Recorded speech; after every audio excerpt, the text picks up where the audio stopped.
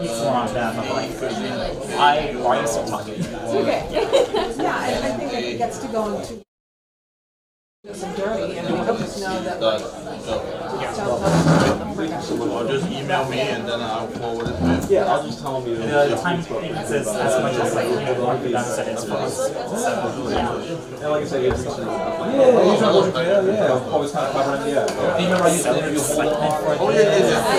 Oh, another thing. You guys, because you're also going to be on the live stream.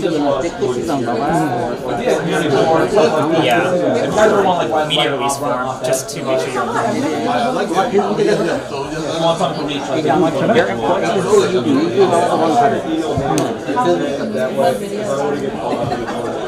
Well, it may have been because like it's also part of like your like it's like a bill, yeah. Like a bill you're pushing.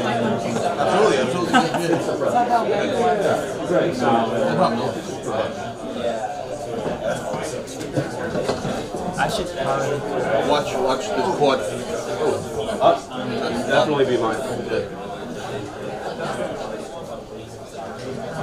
Facebook আসতেছে Facebook আসছে না এটা না এটা তো পুরনো If you guys want to see the live stream in live time. না এটা তো পুরনো টেস্ট কর কোনটা এখন Yes. Or no.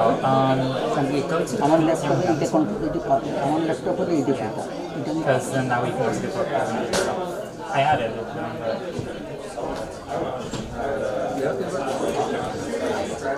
Here we are. Thank you.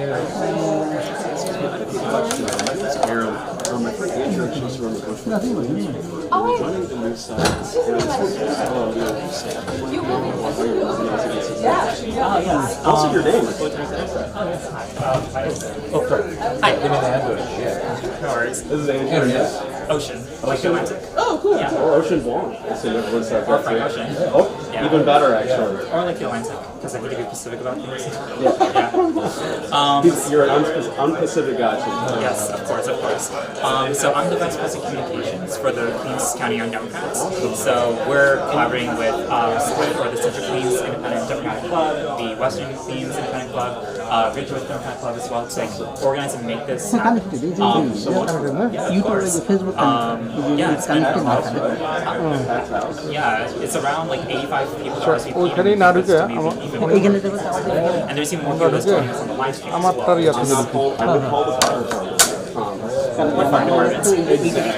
But it's such a intense local race. Yeah, it is. Yeah. Facebook পুরো programme দরকার পড়লে পরে আপলোড করে দেবো না দুটো করতে গিয়ে নষ্ট হয়ে যাবে More candidates are coming soon. এটা অন্যটা Yeah, they sent me the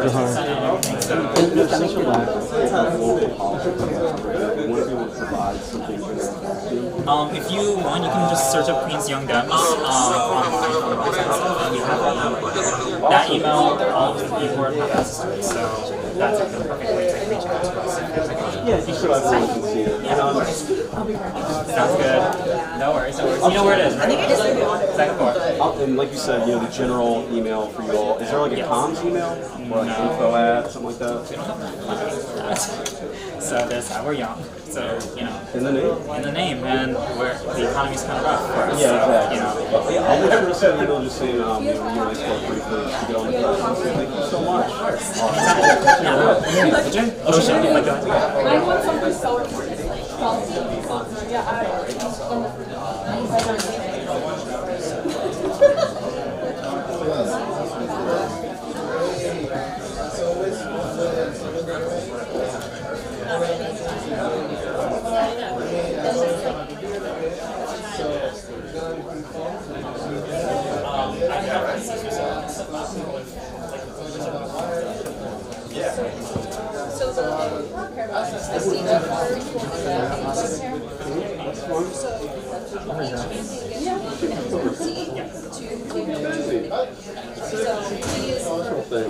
nice to have.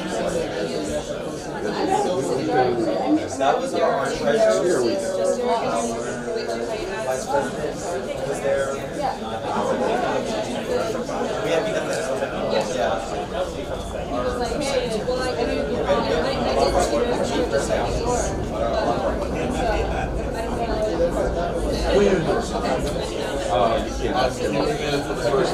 You can't approach me, so I have an open mind. You gave the right answer. Don't ambush the man like that. I thought it was worth asking, you know? Get the long exclusive. You write questions on the index card, how's it work? Can you release for the Or you waiting for each other? As since we're doing coverage, I don't think I'm going to put any questions on it. That seems, that's not important. more here? They both made like that young for non. I don't know. That's a different experience. They got suddenly quiet for no reason. We're not even starting yet. Well, we have that in right now. I was right over the microphone, only two. Full candidates. Yeah.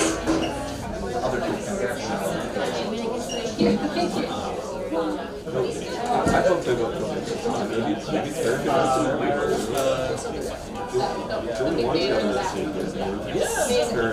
How do I remove Very that? family, social family. Some might say in the front.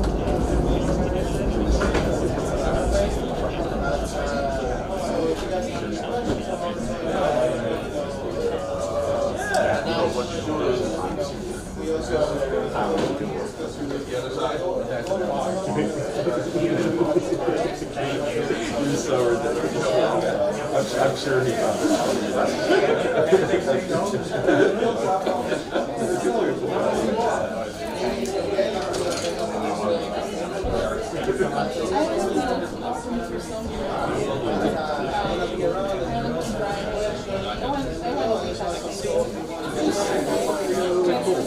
How about over here?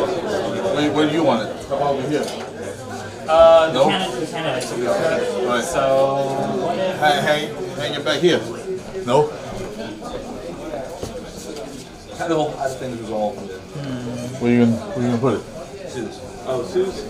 I just hold on like, look, you know, I think Yes.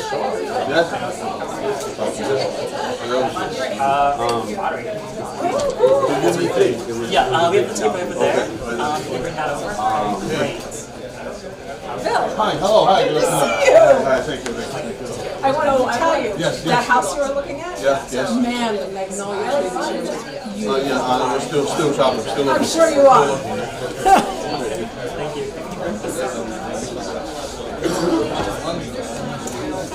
Hi.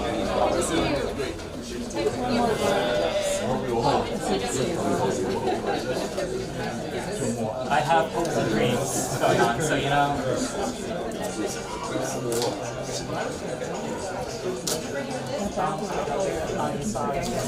Like it's so strange. When you go in the office, they have typewriters, and then they actually have a whole picture. they're like, I don't know if I heard. Every time I'm here, Yes, I see good. something else. It's like,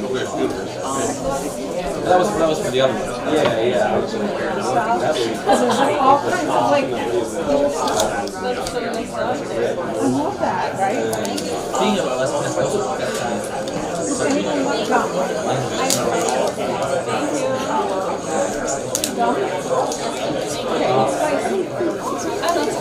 Raised it. Every once in a while, I Yes, get we a put it little. on our Instagram, but also Wait, you up?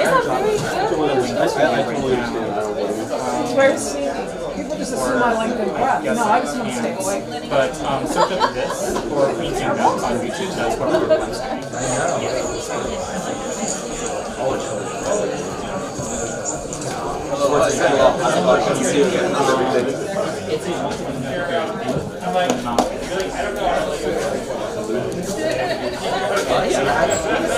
yeah, I might be busy tonight.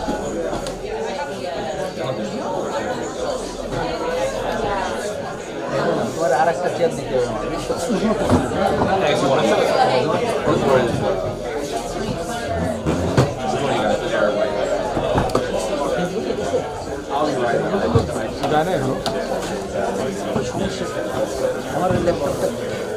So he's gonna be under his violence.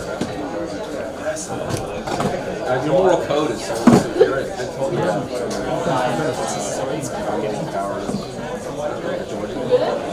A little, I think.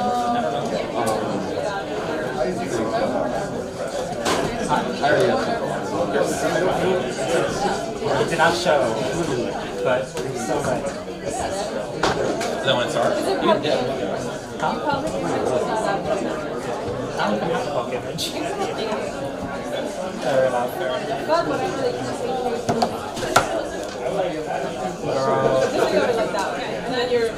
Low-key, you're so right. Low-key, high-key.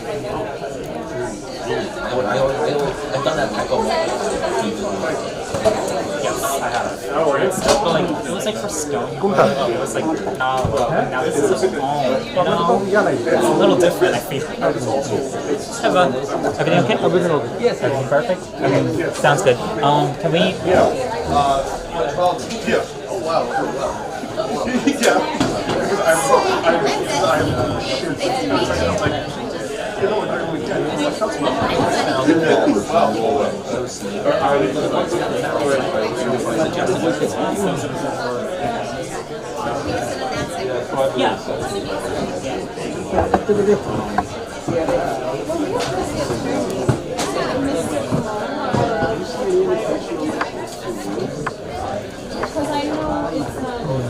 হ্যাঁ ভাই দেখা দেখি I asked last time, she said, but she also said I just didn't throw President Twitter, so we're assigned to waiting. we can do the honor. I wasn't At least that's what she know was what the doing at the rap. terminology Which was a was, so I bar. just did attorney Maybe she's like for now. I thought, but we can check in with him and see like what you prefer. We're just determining a title as far as what to call tape somebody. লাগছে No, that you were like taking your no. Sorry. So, yeah, I know. Well, he probably wouldn't be here before Jesus came. Yeah, because I know what Illegally. তোমার ওরা কিন্তু 1 minute 30 second করে কথা বলে এর ভিতরেই এর মধ্যে যা নেওয়া যায়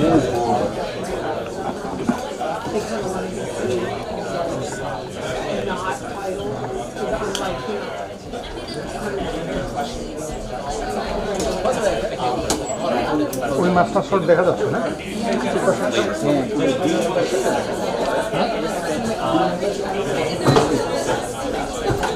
ওই যেটা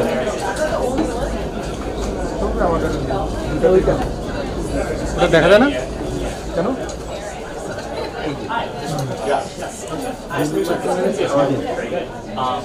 My name is Ocean.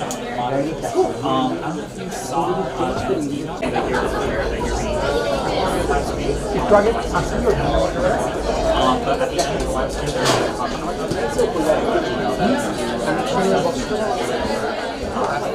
Really? It's good. and একটা বক্স রাখা আছে give like one presentation for each.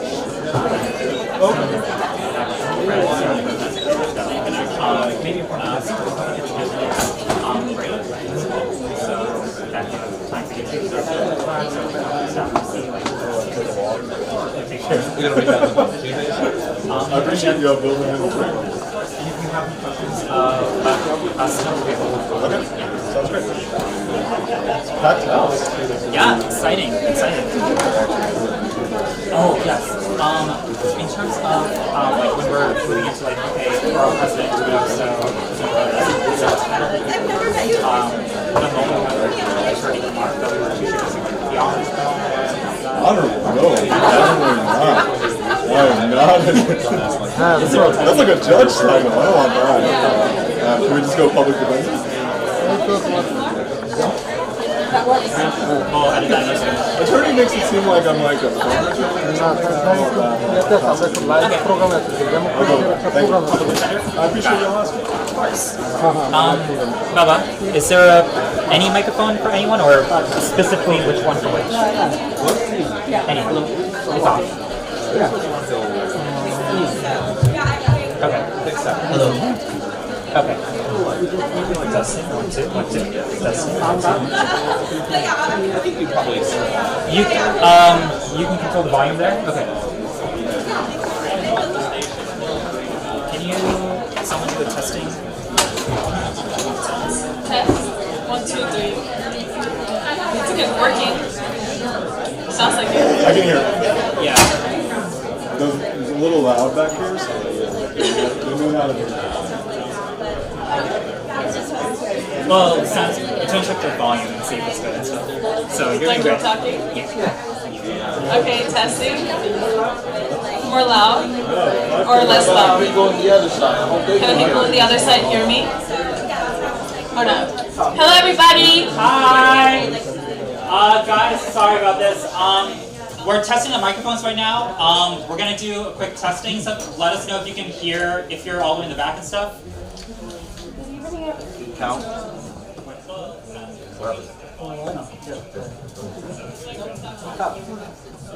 Oh, there we go. Hello, everybody. Can everybody hear me? In the back. All the way in the back, can everybody hear me? Say yes or no? Okay. Thank you.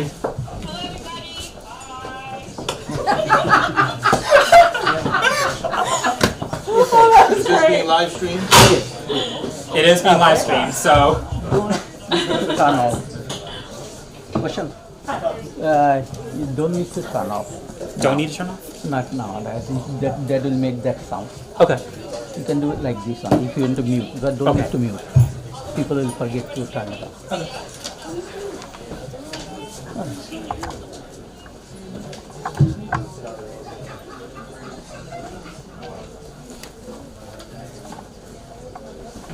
You guys can keep talking. Sorry.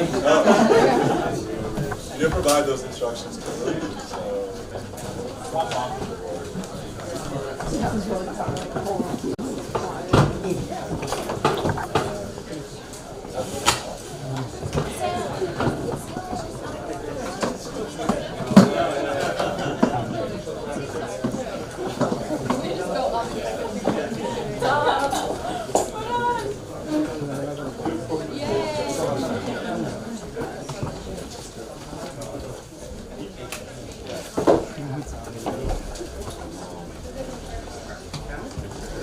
Yeah, there's seats over here as well.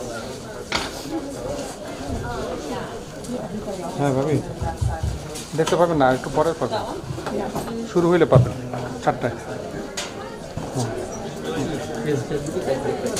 Okay, so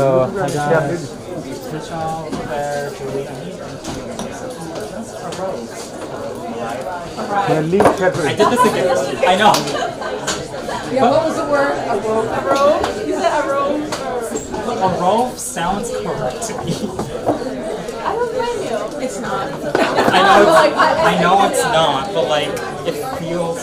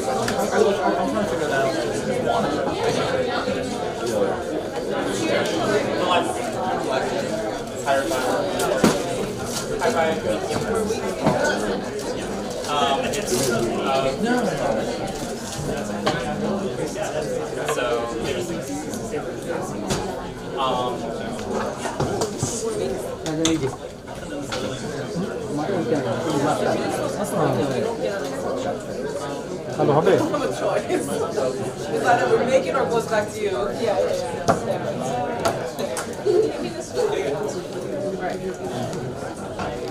My first year, we passed a bunch of things.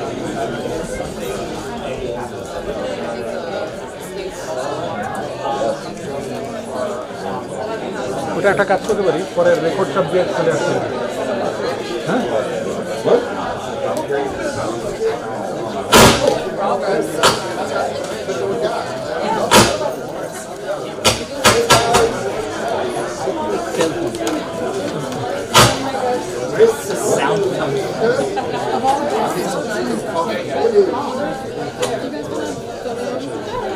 There we go. Oh, yeah.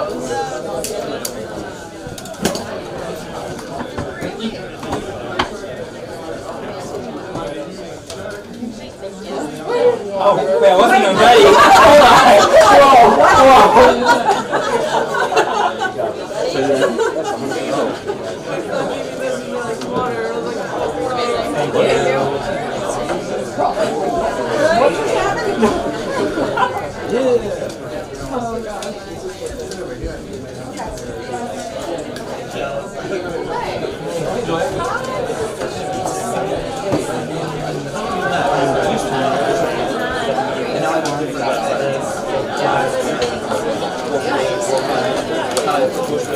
Show me what the more...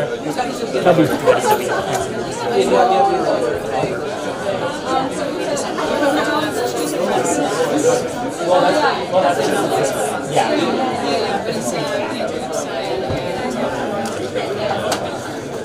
Actually, we can move it right now, to be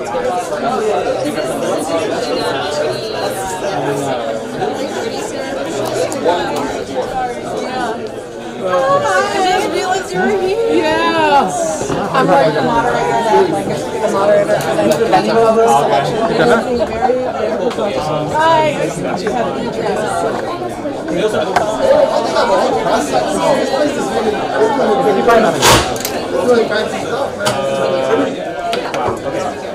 How to meet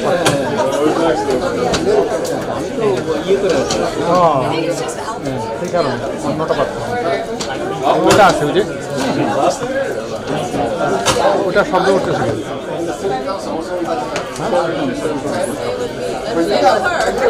cellphone আশেপাশে থাকলেই problem সেলফোনের কারণে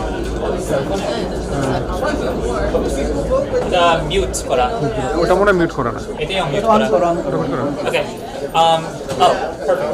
I think the last thing is... Are we testing these or are we good? Those are mute at the moment, but we should be fine. Yeah. Oh, wrong, got really quiet.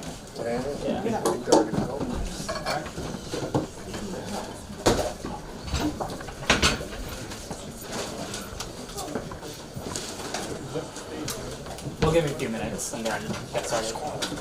So continue talking, everyone. There are seats here. So we got a couple minutes. There are seats here.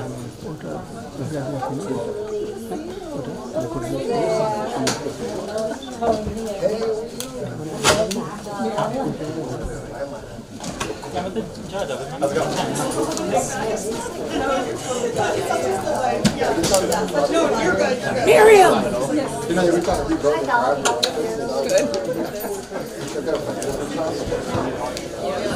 I like the hat.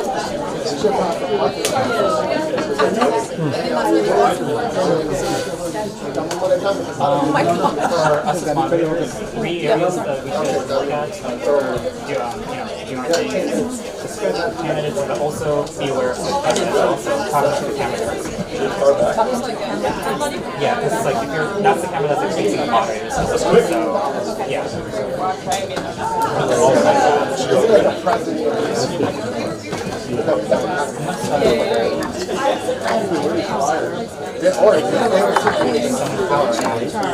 I get myself superpower right now.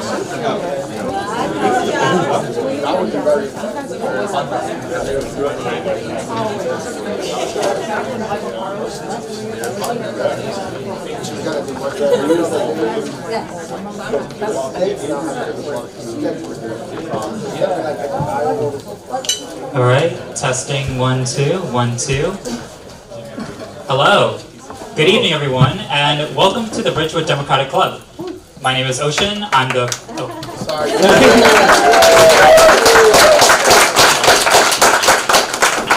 My name is Ocean Kareem. I'm the Vice President of Communications for the Queens County Young Democrats, one of your moderators for tonight, and I want to thank everyone for taking their time out of this Sunday to join us both in person or by the live stream that we have going on for tonight's New York 7th Congressional District Candidate Forum. I would like to extend our sincerest of thanks to our lovely candidates joining us this evening. In last name alphabetical order, they are Civil Defense Attorney Vichal Kumar, Brooklyn Borough President Antonio Reynoso,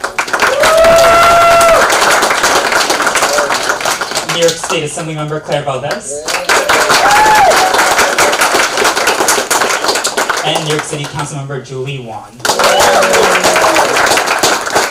We're so grateful for their commitment to public service and look forward to a wonderful discussion of the issues that matter most to the residents of New York's 7th Congressional District, stretching from Ridgewood to Long Island City from Queens, as well as Bushwick to Williamsburg and Brooklyn. Good evening, everyone.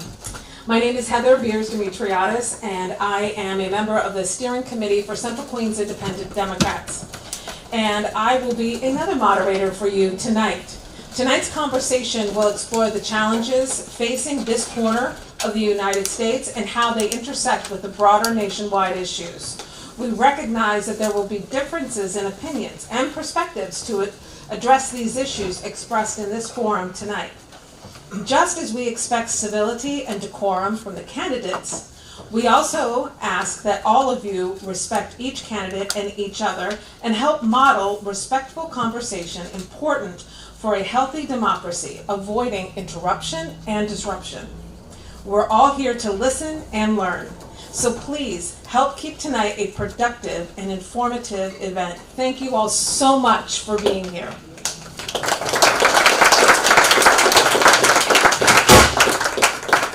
Good evening, everyone. My name is Alex Suazo, and I am the final moderator for tonight. I am the Vice President of Marketing of Latino Democrats of NYC. Just to move on, New York 7 is one of the most dynamic and diverse congressional districts in the country.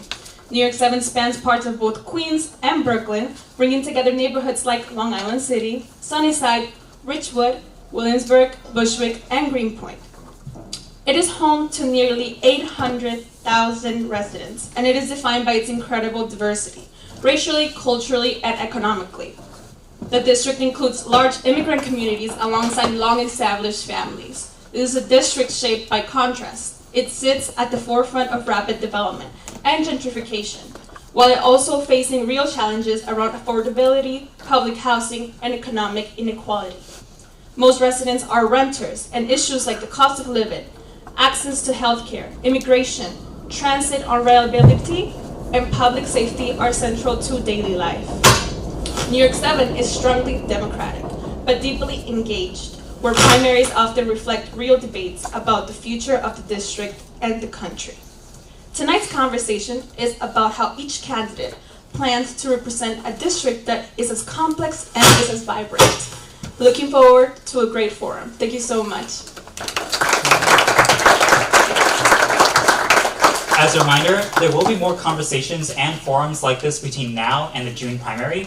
But to get things started, I'd like to share some notes with you all about the format of tonight's conversation, as well as some ground rules that will be laid out. So generally, each candidate will have 90 seconds to respond to each of the questions that we ask them. If named in another candidate's answer, the candidate that was named will have a 30-second rebuttal, and that'll be only one for each question in that sense. Candidates are not allowed to use props or pull up pictures or buttons or whatever, and the candidates do not know what the questions are themselves. They're hearing from real audience members in real time as well. There will be opening and closing statements as well, which the candidates will have 2 minutes of speaking time, and there will be a rapid fire to help ease us into conversation. The first half of rapid fire is going to be more fun, more entertaining, but the second half will be more serious, essentially. We will have a timekeeper. Our lovely timekeeper Sam is going to be helping us out with that. And for example, if there was a 60-second time stamp, a 30-second one, 15 seconds remaining, and then if you're ending, then you should wrap it up. There's no bell that buzzes if you go 91 seconds. But to ensure that everyone has a chance to speak, and so that we can ask as many questions as possible, we may have to intervene, essentially. with that said, we'll go ahead with our candidates' opening statements. We'll start off with public attorney. Oh, Public defender. public defender. Public defender, Vishal Kumar. You can go ahead and unmute the mic, and you should be good to go. We good? Yeah. Hi everyone. Good evening, afternoon. Thank you to the Ridgewood Democratic Club, the Queens County Young Dems, the West Queens Independent Club, and all of y'all for being here, for putting this together. I'm Vishal Kumar. It's like Mitchell with a V. Now you understand why we go by Kumar for the campaign. I'm a public defender and a son of working class immigrants. I grew up in a household that was full of family, full of love, so much so that I slept on the floor growing up. My parents, I love them dearly, but not the best business people, and they ran a struggling convenience store our entire lives, so much so that we oftentimes didn't have access to heat, hot water, or electricity, let alone health insurance. But the one thing that taught me was that we have a responsibility of taking care of each other and taking care of our community.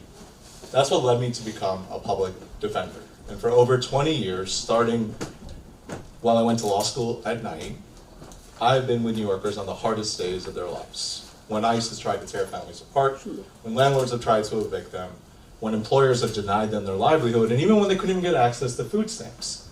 But it wasn't just about delivering services for today, it was about creating institutions and systems that delivered in all the ways that government had failed. And what we don't need right now in Washington, D.C. is another politician with talking points. We need people that have done the work, that have delivered every day for New Yorkers, and that have ensured their stability, because government isn't doing that right now. Let's face it, I'm not the candidate with the most money. I'm not the candidate with the best, most powerful friends. But I am the candidate that has done the work. And for 20 years, I have showed up when New Yorkers have had it the hardest, and that's what you'll be sending to Congress. Thank you.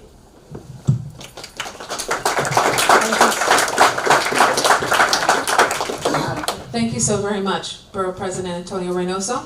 Thank you so much. I'm so happy to be back here in Ridgewood, where I started my political career being a Ridgewood organizer for Councilwoman Diana Reyna. So this building means a lot to me, and I'm deeply grateful for all the work that everyone here is doing.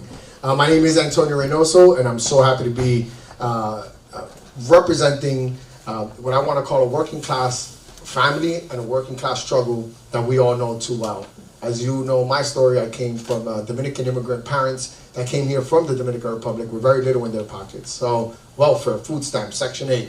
We're gonna start talking about who had the hardest upbringing in this table here. But what I want to talk about is the success that came from government investing in me. Government showed up for families in those times. And because of it, it made it so that in one generation, Dominican mother that didn't speak the language and had a 5th grade education has her son running for Congress. That only happens here in this country. And I want that promise to continue. I want that promise to grow. And I feel like we've lost it. Every single headache that we see right now that we're struggling with primarily comes from the federal government. It's the Republicans and Trump that are continuously, every single page you turn in the daily news of the New York Times, it's another crisis, not one that is a natural disaster, but one that that the Republicans and Trump are choosing. So I want to go there because I am an activist. I do that fight. But I also make things happen. I get the work done. In my entire career, I've passed meaningful pieces of legislation that has affected meaningful change in people's lives. I'm the one candidate here that I not only fights the good fight, but make sure that outcome-driven work happens. And that's what we need at the federal government. It's somebody that can go in there on day one and actually affect change in people's lives. And that's the type of candidate that I would be. Thank you so much for having me, and I'm excited for this debate.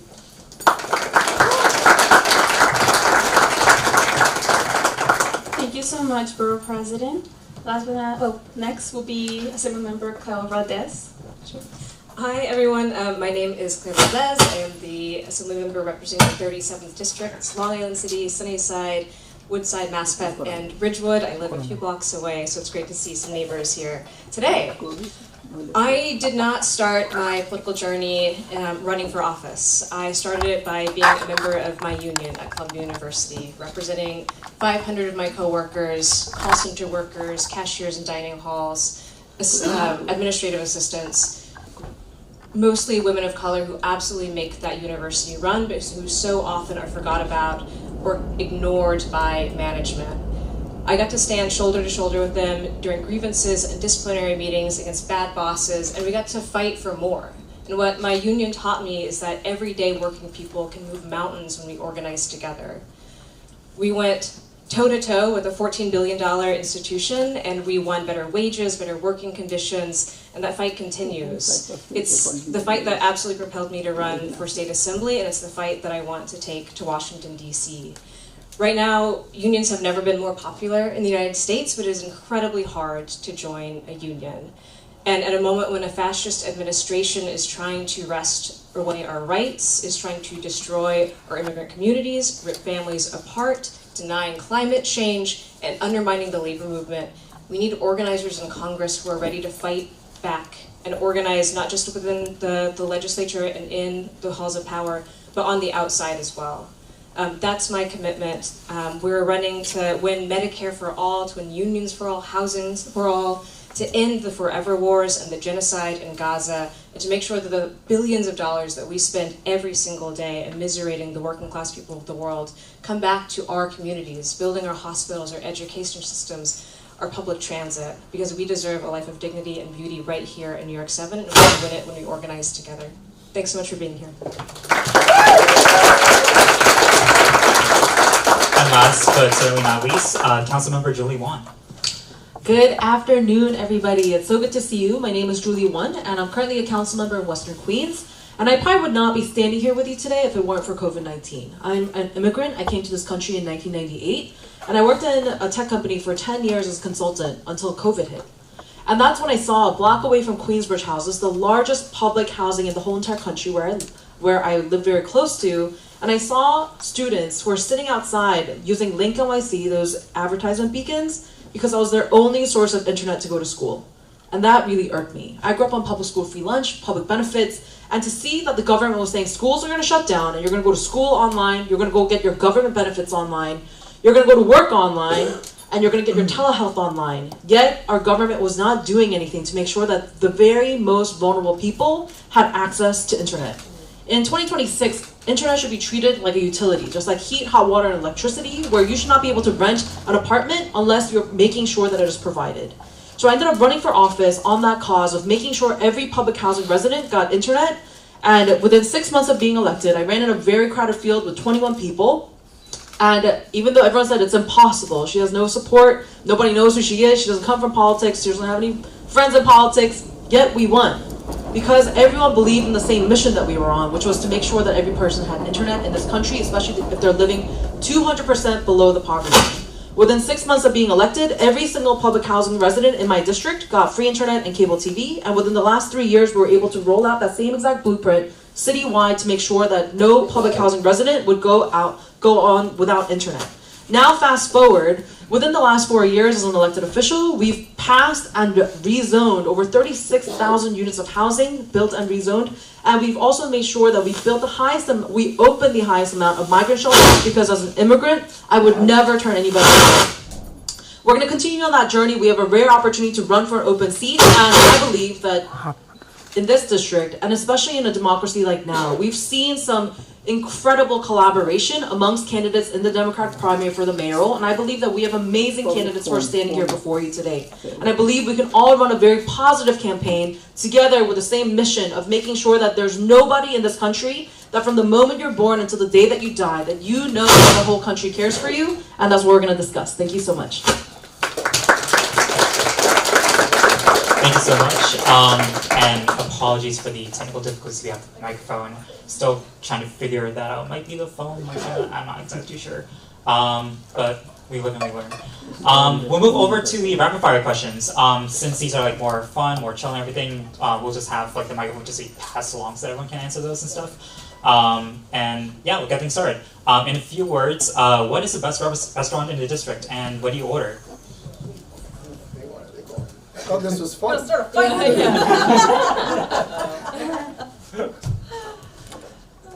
I can go first. Sure. For me, it's Castro's. It's because they had the biggest, most plentiful burritos that helped me get through law school when you couldn't really afford lots of meals. I'm gonna go with a nostalgic pick. Is a place called Sazon Perez. It's a small little Dominican restaurant that has been there for like 40 years, and it's a place that I often go on Sundays when I don't want to cook for my kids. So. I'm gonna go breakfast at Masa Madre in Sunnyside until the Queen's bus redesign. The Q39 dropped me off right there, and thank God I no longer have to get dropped off in front of it. Some of the best conchas, I think, in the city. I'm gonna go with Jubilee Market. It's actually a hidden secret. Please don't put it on TikTok. But if you want omakase level sashimi and sushi, but on a budget like me, go to their sushi section on the first floor, like in the ground floor, and it's delicious and cheap. But don't tell anybody. Antonia, we'll have you start off this question. What's a song that's always on your playlist? Oh my goodness. A lot of people are not going to relate with me here. It's a merengue típico song that is called Los Camiones, and it's just a song that reminds me of like the countryside in the Dominican Republic, which is like my safe space. So that's a song. It's called Los Camiones, merengue típico. Kind of depends on the mood we're going for, but I've been listening to a lot of Selena, and Bidi Bidi Bum Bum is one of my favorites. Yeah. We're really bad at rapid fire because everyone's giving 2-sentence answers, but my right now on repeat would be Golden by K-pop Demon Hunters. I just got to see them live in a private performance at a Korean gala, and I could not be more proud. Wow. Oh, pressure. We the People by Tribe Called Quest was on their most recent album that dropped during the first Trump administration, and that album is probably what carried me through every single day. Thank you so much for your answers. Next question would be for Assemblymember Valdez. To start off. Yes. What's your favorite MTA train bus line? Okay. I have to give it to the M. It is my train line. I do Fresh Ponds. You always get a seat going into the city, and you get to see an incredible view. Anyone? Yeah. Sorry, could you repeat the question? Somebody was distracting me about my water bottle.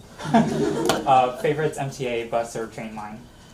I would have to say it's the 7, because it is the lifeline for Queens, and it is what gets me to City Hall every single day. My favorite line is the G train, not on the weekends though. The G train is, I think, one of the best trains. It's the only Queens to Brooklyn line, and this is the perfect district to represent the G line. So there you go. It's got to be the G, right? The G. I didn't even know when I first was living in Brooklyn and first moved back to Brooklyn that the G actually existed. It was before we had the stopwatch. And I always kept wondering why the train was so short and compared to other trains. Still the G train. Sweet. Last rapid fire question before we move on to like the main questions. New York 7 is one of the most diverse districts in New York State. Can you greet New Yorkers in a language other than English? Maybe not like that. Sat Sri Akal, Namaste. Buenas tardes. Hola, buenas. 안녕하세요, 다시 달래. Anyone?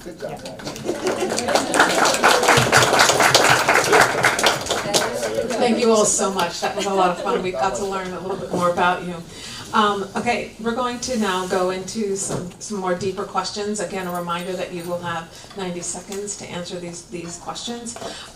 First question was submitted by Anthony Barsamian on Sunnyside Yards, and this time we'll start with Julie Wan. The Sunnyside Yard Master Plan proposes decking over 184-acre Queens rail yard to create a new mixed-use neighborhood featuring over 12,000 affordable housing units, union jobs, parks, and green spaces and schools. With this proposal also comes concerns of the over $21 billion price tag, potential gentrification, and displacement. What is your position on the plan and why? I just want to make it clear, because the news has not been clear, the $21 billion price tag, one, is only a guesstimate. It's not an actual quantified number by the city of New York, but that is only for the decking of the yard itself. It does not include any of the other amenities that you've listed, including housing.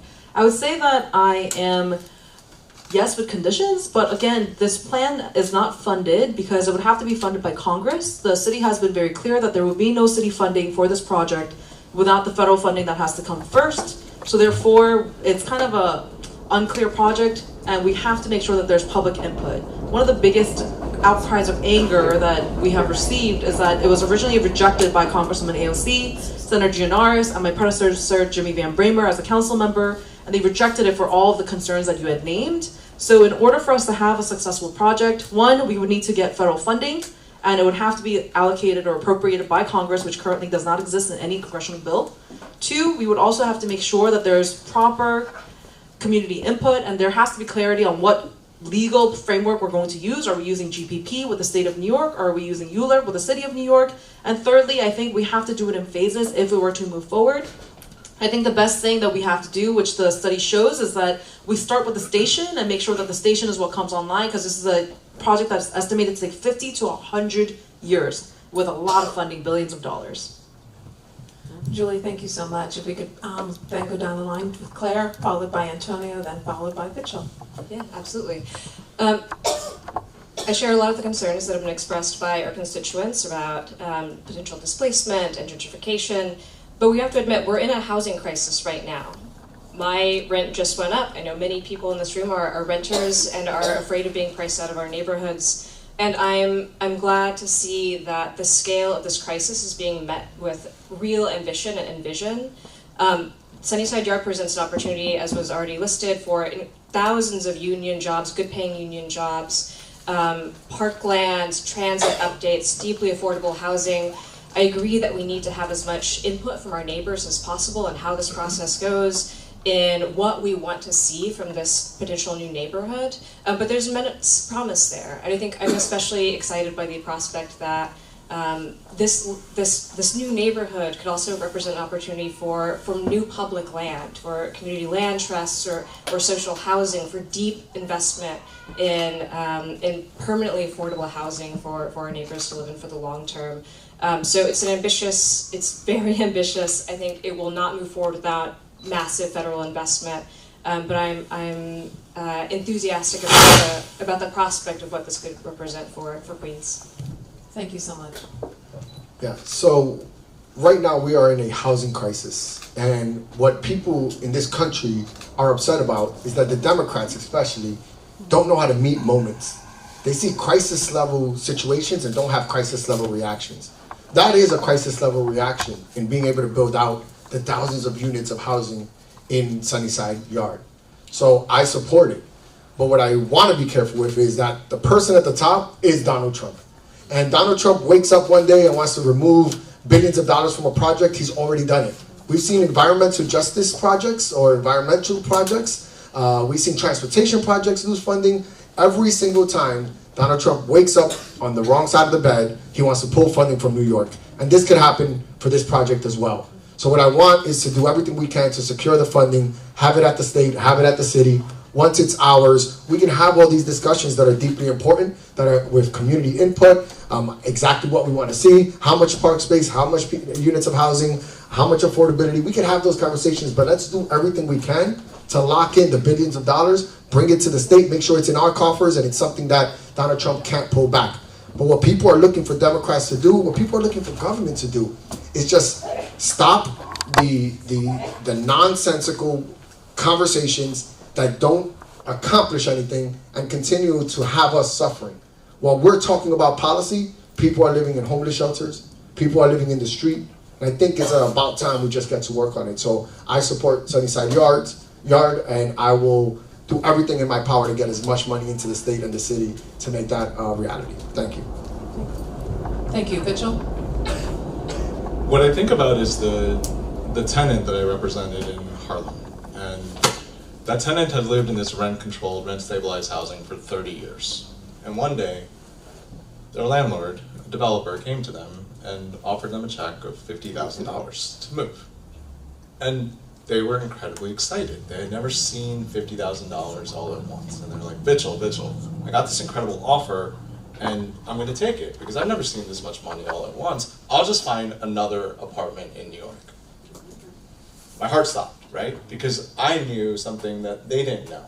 that they weren't just going to find another apartment in New York, that what they had was a commodity that was so great in this city where housing is totally unaffordable that that $50,000 didn't even begin to think about what that actually cost. So yes to Sunnyside, yes we need more affordable housing, but let's be concerned about the displacement that this caused, because just whispers of Sunnyside is already seeing the developers start circling and already start thinking about displacing the residents that live in these communities, and this is what happens time and again. Yes to Sunnyside because we need affordable housing. Yes, because it'll bring union labor to the district. Let's make sure the AMI also works for the residents that actually live in that community, not based upon a number that isn't reflective of the actual people that are there today. Thank you so much for everybody's answers. Now we're going to move on to the next question. This is submitted by Christopher Magalona on climate change and infrastructure. Communities nationwide, especially in New York City, and are facing growing risks from climate change, including stronger storms, rising temperatures, as we can see, and more frequent flooding. In areas like North Brooklyn, where shallow groundwater, dense industrial development, and aging drainage systems strain the local infrastructure, these challenges become even more urgent. Concerns are mounting about climate change and the investments needed to protect vulnerable neighborhoods. What is your approach to addressing climate change and strengthening local resilience/infrastructure? We can start with Vichal. Climate change isn't a reality that we're just seeing for the first time now. We've been seeing it for years. We've been seeing it in NYCHA housing for decades. There are tenants that live in NYCHA that have spent years waiting for basic needs like mold remediation. Mold remediation caused by the environment that they've asked time and again to have remedied. But it doesn't happen, right? It doesn't happen for them. Their children have asthma and they have to suffer from it.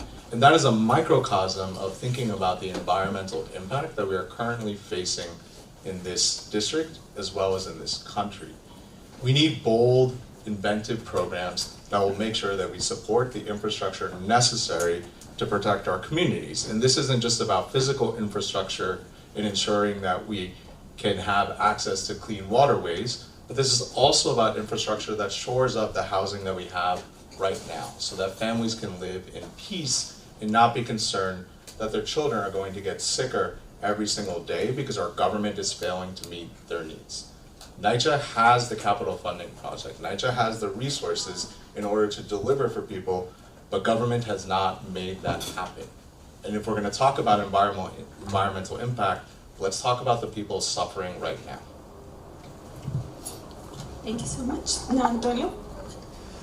So, again, want to talk about, first, I'm a son of the South Side. So I was born and raised in North Brooklyn. And if you're born in North Brooklyn, you are an environmental justice advocate right out as soon as you pop out. I won't say where we pop out of. And we have high asthma rates, 3 times the amount of entrance into Woodhull Hospital because of asthma. We have the only asthma trauma center in all of New York City is in Woodhull Hospital. And the thing is, fighting is important, and we need to show up, we need to protest, we need to make sure people know that this is something that is unacceptable. But it's about getting results as well. I passed 2 pieces of legislation related to truck traffic. The first one is we reduced the amount of capacity in which trucks can move through our North Brooklyn area by 50%. We went from 40,000 tons of capacity for trash to 20,000 tons of capacity for trash, pretty much eliminating 50% of the truck traffic in North Brooklyn. That's a legislation that I actually passed. I went to do something and I got it done. Then we have commercial waste zones. We completely changed the way we handle private trash in the entire city because of legislation that we were able to pass. And we are reducing truck mileage by 1 million miles citywide every single year because of the work that we're talking about. So it's another example of getting to the place, fighting, but actually getting things done. Again, you will see time and time again in this debate that I am the elected official that said something and actually did something about it, and I want to be able to continue to do that in Congress. Thank you. Thank you so much. Claire? Yeah, absolutely. So I think we have to acknowledge that we didn't come to this place by accident. That climate change is not some force of nature that has no explanation. It's corporate greed. It's the corporations that have made billions and billions, trillions of dollars off of extracting oil and natural gas and building pipelines and promulgating a belief that what we need is more gas lines, even now. Hochul has greenlit the Nessie pipeline. She's allowing National Grid to continue expanding their natural gas infrastructure. And what we need is an answer to that. We need public renewable energy. Last year in the New York State budget, we allocated $200 million for the New York Power Authority to build more public renewable energy. We have another line item in the budget this year for $200 million. We're hoping to pass that, but we need so much more to meet the scale of the crisis. Right now, the governor is attacking the CLCPA, our landmark climate laws here in New York State. We are standing strongly against that so that we can have ambitious mandates and we actually work to meet them. And in doing that, we are demanding even more investment in a public power infrastructure.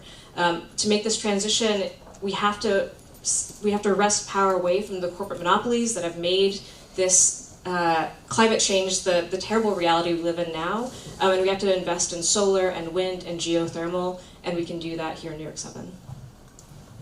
Thank you so much. Last but not least, Julie.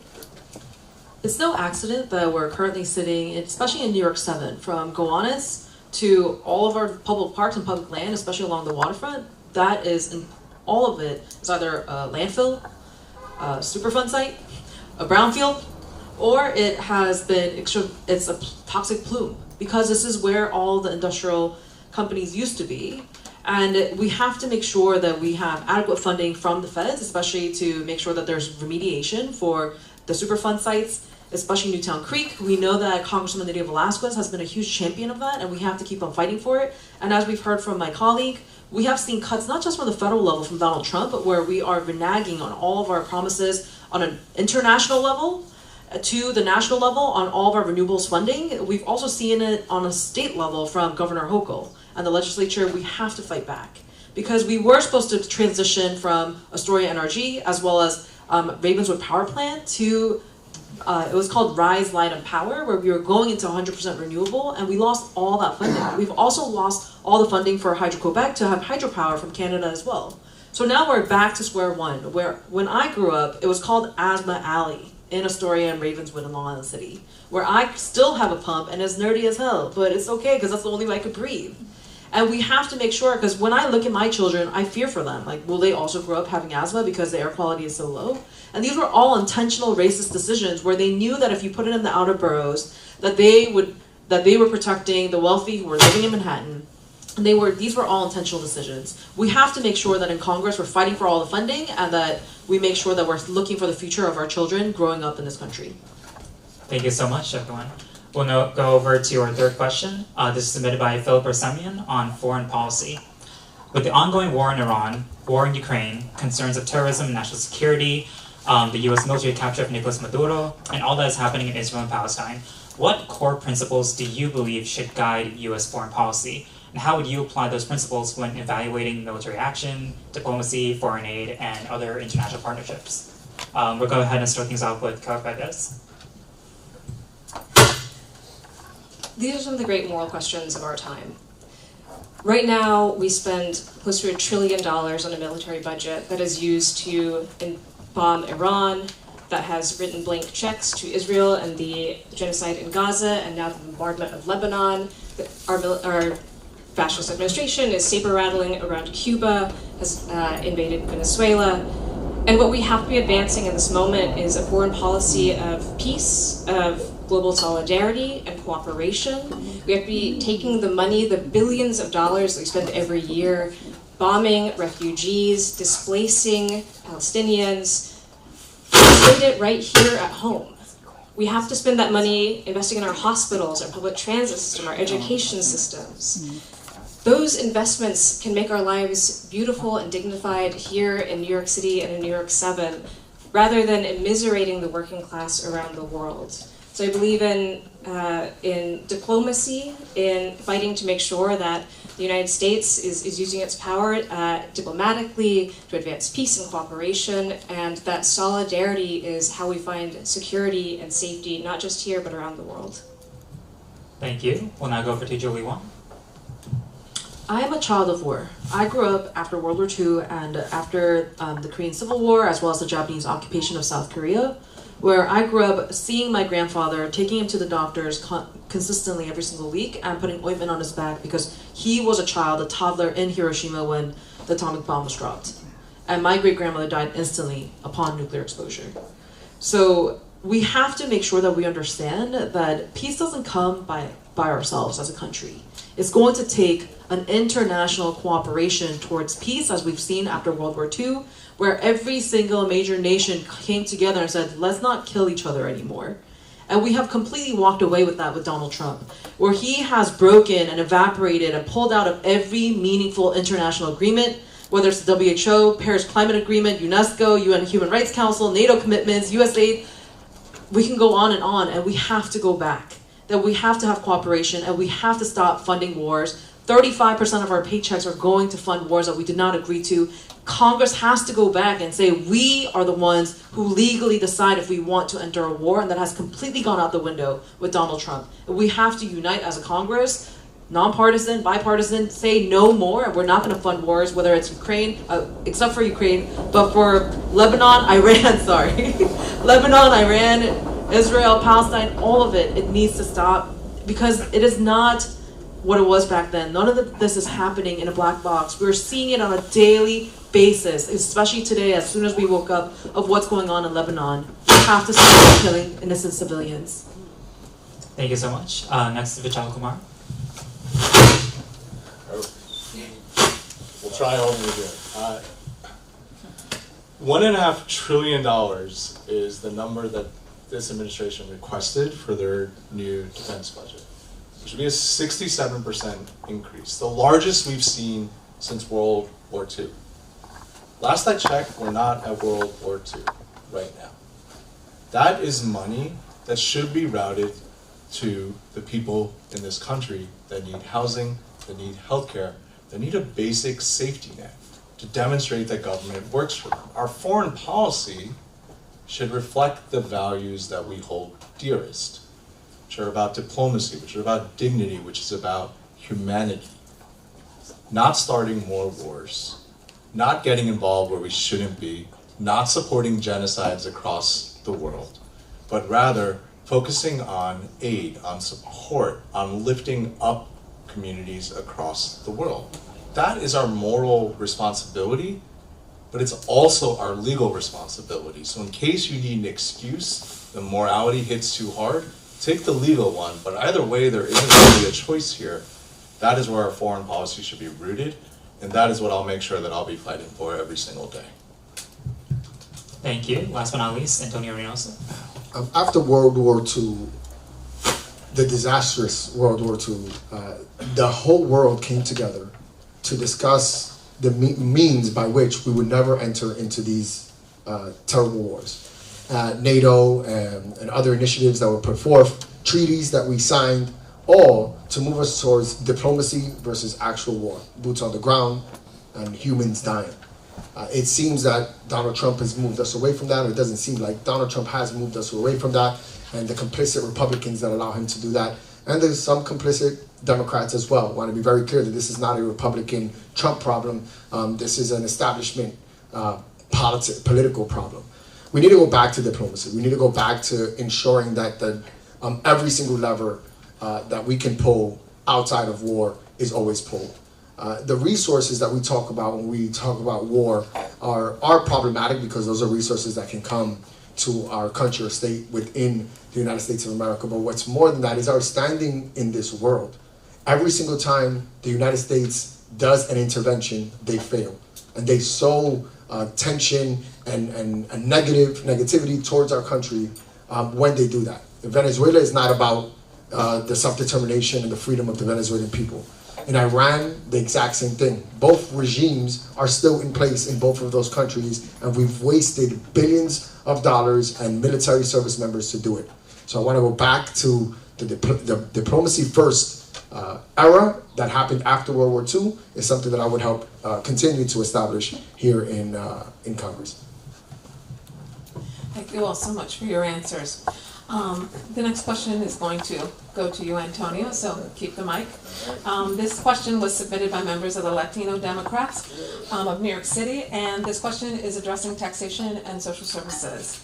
In recent years, some national proposals focused on targeted tax exemptions, such as eliminating taxes on certain income brackets, exempting tips, or expanding zero tax thresholds. Some argue these measures offer relief to working families, while others worry it could erode the federal revenue and undermine long-term investments in social programs.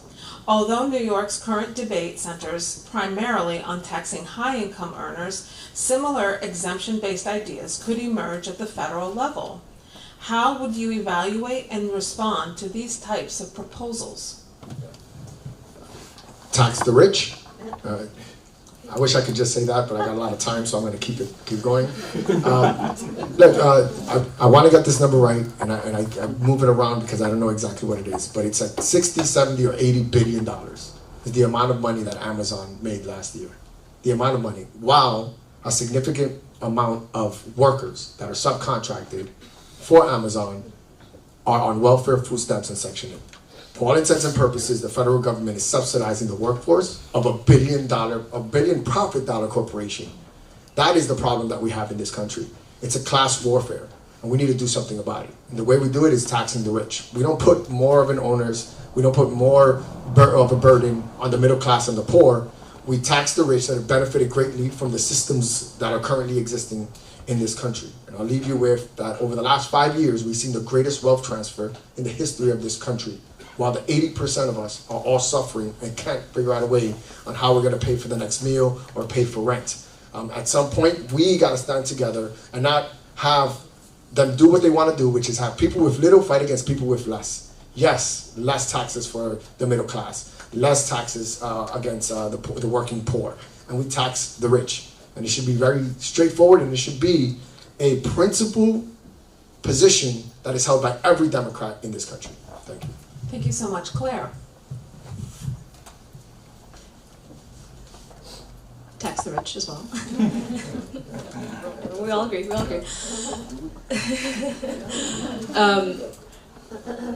It is true that now in the United States we have a billionaire class that has gotten away without paying their fair share for decades. And we're often told that we can't encroach upon their profits because they're job creators. And what we've seen over and over again is actually Microsoft, Google, Twitter, I'm going to call Twitter, and other enormous corporations are laying off their workers en masse and replacing them with AI.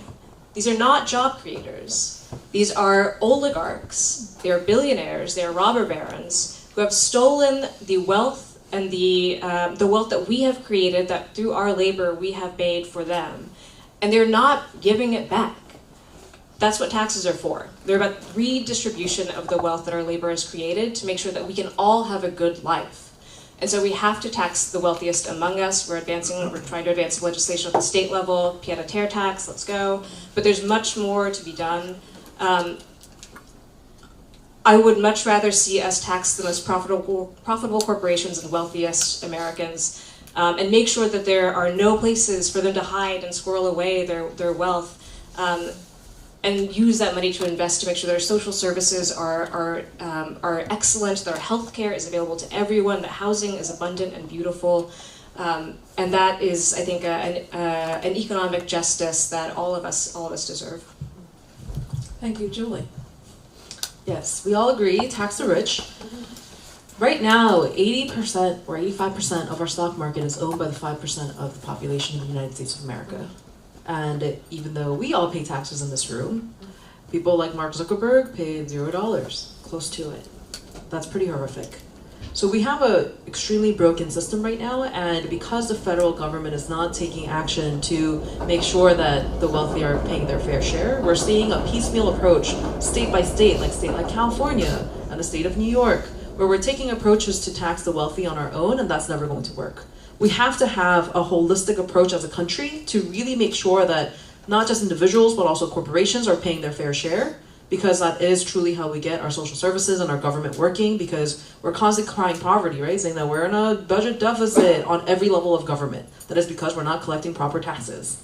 So we have to make sure that we are taxing the rich and taxing the wealthy, but not broad strokes. Because, for example, when it hit the news and I was notified as a city council member that we were going to do broad stroke property taxes, that was really going to hurt our black and brown homeowners who are living on fixed income, especially our seniors, and those who may have inherited that apartment or house or condo, yet they were living on $65,000 to $75,000 a year.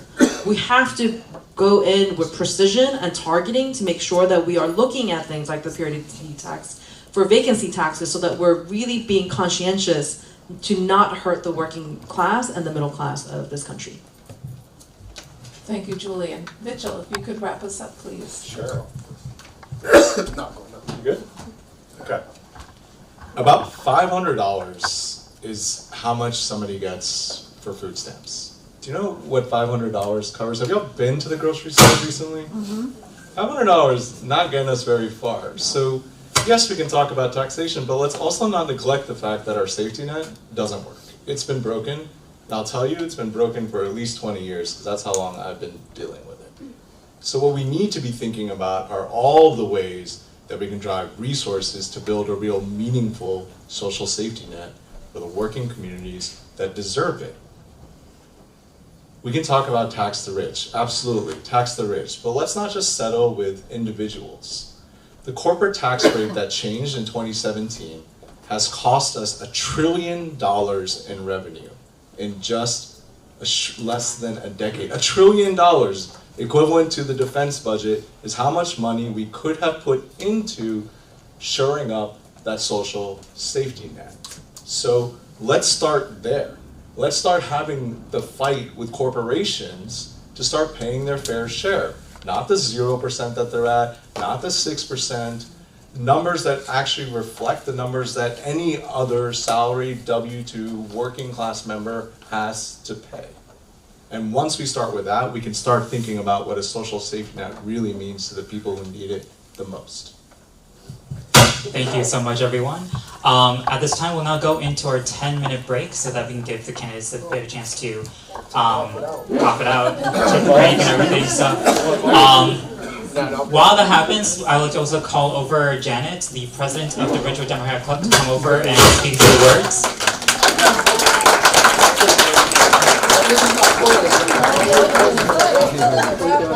Hi, thank you everybody so much for coming today. Before I get into my spiel, I wanted to take a moment to acknowledge that we recently lost a leader at the Ridgewood Democratic Club. We lost Kathy Nolan about a month and a half ago. And so if we could just take a moment. Kathy was the assemblywoman for this district for 37 years, and many of the people in the club knew her very well and were friends with her, or she was their mentor. So that was a sad thing for us. Okay. Thank you again. Thank you for coming today. Thank you to the candidates, and I especially want to thank our co-hosts because they really came in like rock stars and put this whole thing together. I basically invited all the campaigns to come, and then they did everything else. So thank you so much for especially Ocean.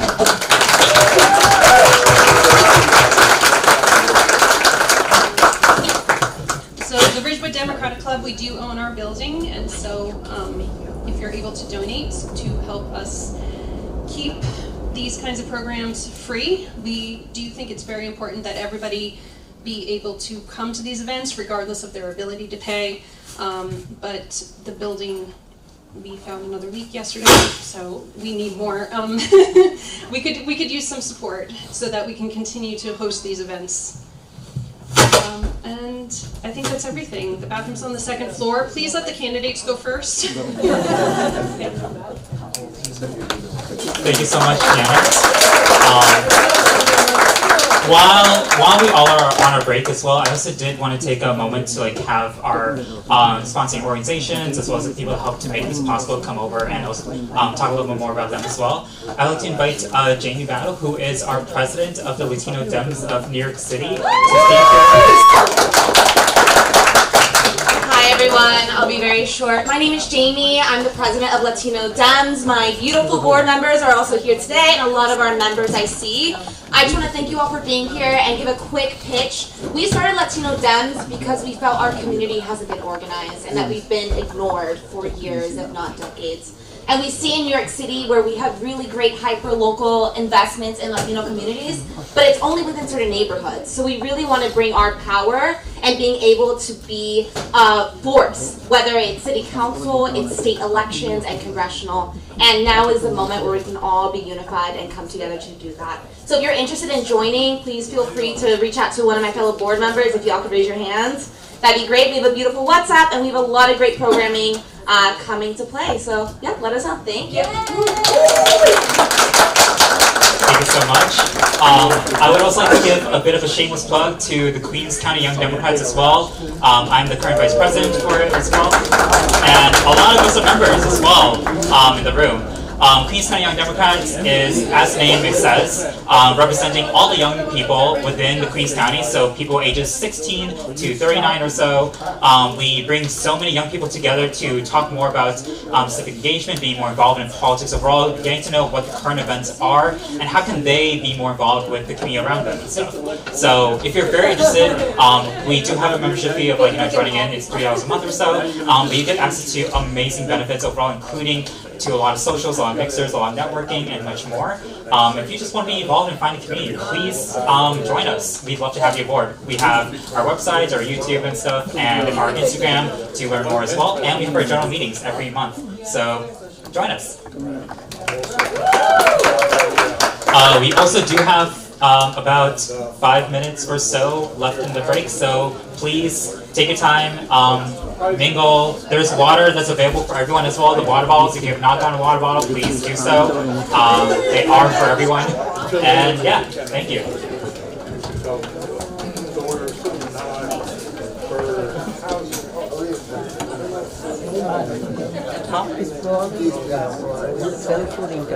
I see, I see. Some weird. That's what my dad is looking into at the moment. Possibly. Yeah. I don't know how that works. My dad knows. He actually told me that immediately as soon as he said. But thank you.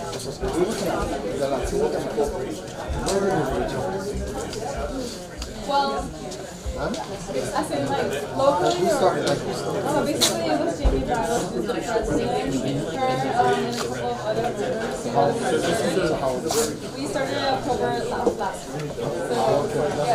So basically, because I'm here, I'm like, I've never had it. It's great. Yeah, we are creating a new club. We just started. I still want to shout out to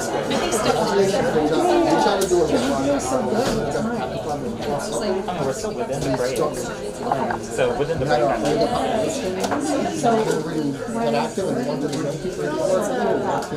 We start with all stuffing stuff. And all start off with in-house questions. And then all of us have different shoes. We have one question we don't get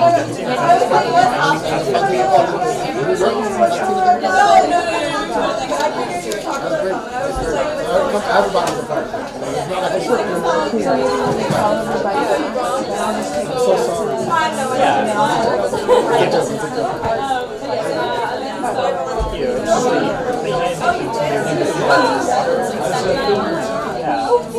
I had to get it at 25.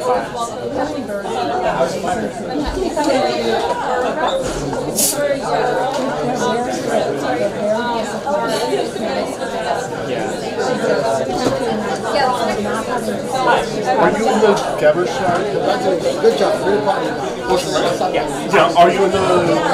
Because I also know kind of that's another... What's up, Chad?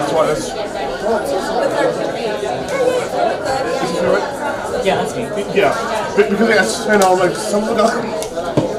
You're killing it, Ocean. Thank you, Alex. You got this. I'm so sorry for that.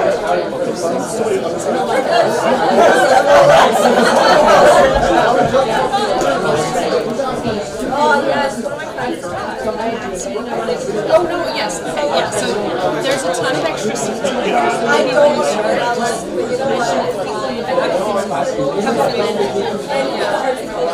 They can fill in the seats.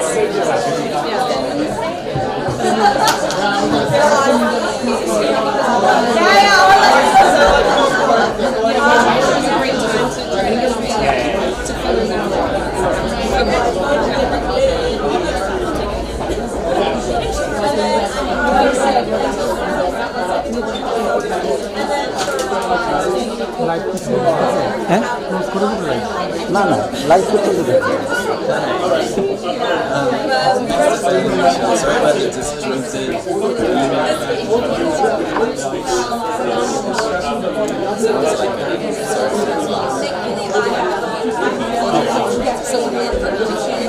So I like staying here. But everyone else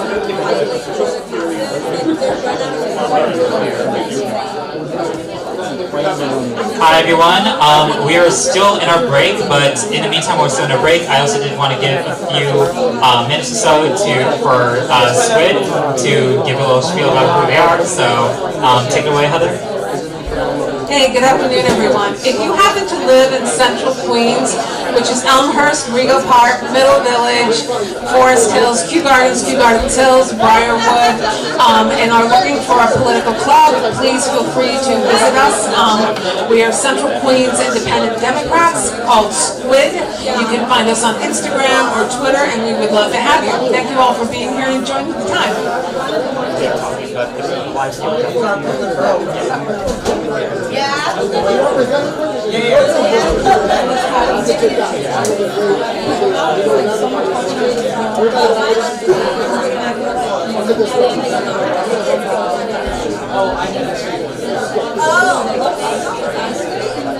Alright, it is about to be time for the end of the break. If we can have all candidates come back.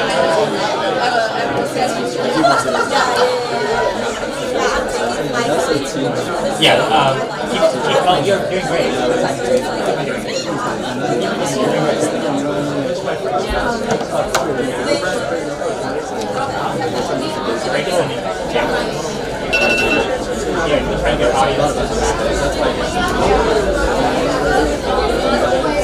Alright, we're starting the candidate forum again soon. If everyone can have their seats. Everyone please have their seats.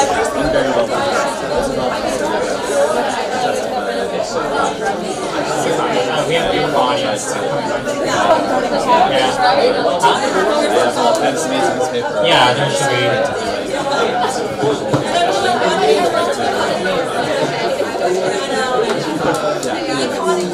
Alright, if we can have everyone to please have a seat.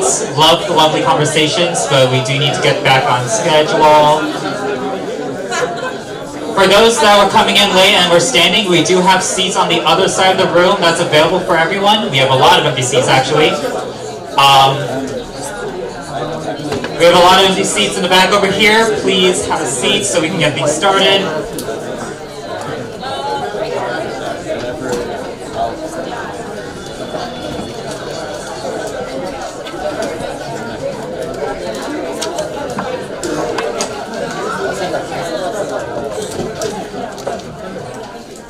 Alright, thank you so much everyone. If everyone can please have a seat. If you're currently standing, we have a lot of seats on the other side of the room so you can also comfortably enjoy this forum. Wait for one more person. There we are.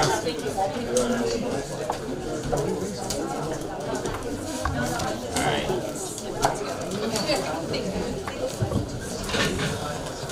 If you're standing in the back, there are seats right here. I promise the people over here do not bite. They might. I don't know. Oh. That's why we need more funding. Can we get somebody taller to help us out here?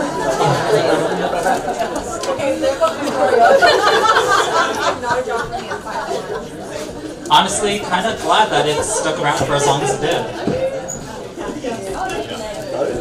Oh, we got reinforcements. There we go. That's what I call letting it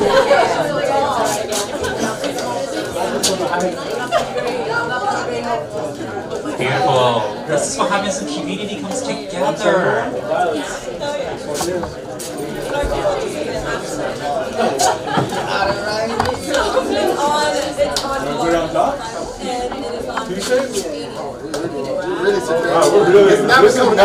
It's never coming down here. Alright, thank you so much. Alright, we're gonna be starting in literally a few seconds. Sweet. Okay. It's more artistic. Alright. Hello everyone. Welcome back. Hope you had an amazing break. Had to use the restroom or drink water or just have vibes. Lovely. We'll get things started right back again with some of our questions that our lovely audience has provided to us, as well as any in-house questions that we have. We'll start things off with an in-house question regarding labor and unions. The Protecting the Right to Organize, or PRO Act, is a major federal labor law proposal that would expand collective bargaining rights, strengthen protections against employer retaliation, and update union election procedures. Supporters argue it would help rebalance power in the workplace and improve conditions for workers, while critics raise concerns about its potential impact on small businesses, independent contractors, and existing employment structures. What is your position on the PRO Act or similar federal labor law reforms, and why? We'll start things off with Vishal Kumar to start things off. Sure. We're back on? Hey. Welcome back, everybody. Hope you enjoyed your break. Workers have been suffering on behalf of corporations for generations. Every single day there would be a worker that would walk into my office and they would be suffering from either having been misclassified and therefore they didn't get their wages. That even at times that because of their involvement with the criminal legal system, their unions couldn't protect them or represent them because they were disqualified under those rules. Or they couldn't get unemployment insurance because it turned out that they didn't actually get an opportunity to pay in. And they didn't know this, right? They thought that unemployment insurance was a right that you had because that is what was communicated to them. And when we think about comprehensive worker protection, that is critical to ensuring that we're closing the gap in our current economic climate.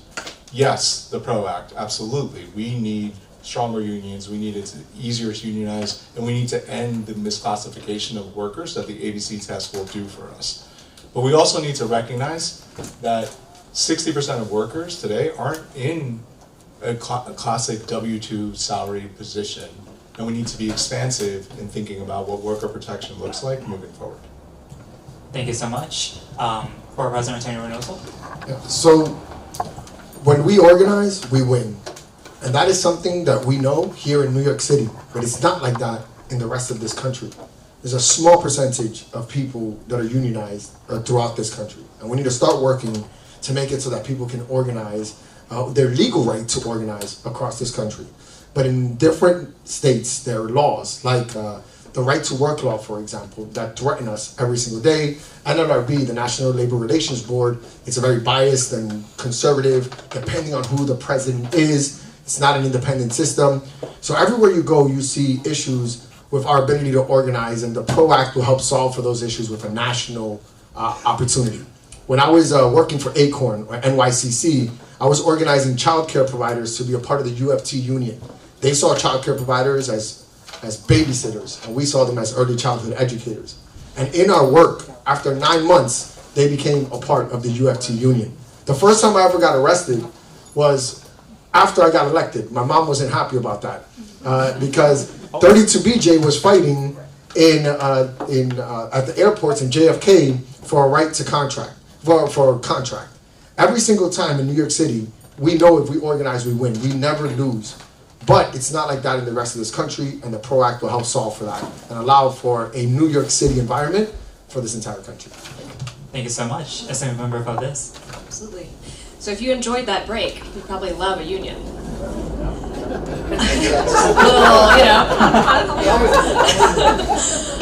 So I was the beneficiary of a union. I was proudly a member of UAW Local 2110, and it won me good wages and lunch breaks, 15-minute breaks, the basic minimums that workers absolutely deserve. So many workers right now would like to join a union, but they have no clear path to doing it, either because of misclassification, they don't have the resources, they don't know how to, and the federal government should absolutely be playing a role in making this as easy as possible for workers to come together and demand exactly what they're owed. Building the labor movement and getting as many people as possible into unions isn't just a matter of wages, though. This is how we confront the affordability crisis, and it's how we confront the crisis of our democracy. Because when you fight for your rights in the workplace, you don't leave that power on the shop floor, you take it out into every single part of your life. You organize your building, you organize with your neighbors, you organize to demand exactly what you're owed in every single avenue of your life. And that is what we need right now more than ever. Unions are incredibly popular, people would like to join them. The PRO Act can help level the playing field, and we can look at things like a federal program to help, like matching funds to help unions do new organizing when their resources are scarce. We can look at other legislation to make sure that workers are protected, no matter if they are immigrants or American citizens, whoever they are, that they are protected and don't have to fear standing up against bad bosses, because that is exactly how we win. Thank you. Councilmember Julie Wan. You hear it all the time that, you know, they may have money, but we have people. And if we're collected and we're standing in solidarity with each other in a union, we are going to be at a stronger place. Right now, 100%, we have to pass the PRO Act. It is long overdue. And we also have to make sure that we're not allowing corporations or even the government against their own union workers using immigration status to bust unions.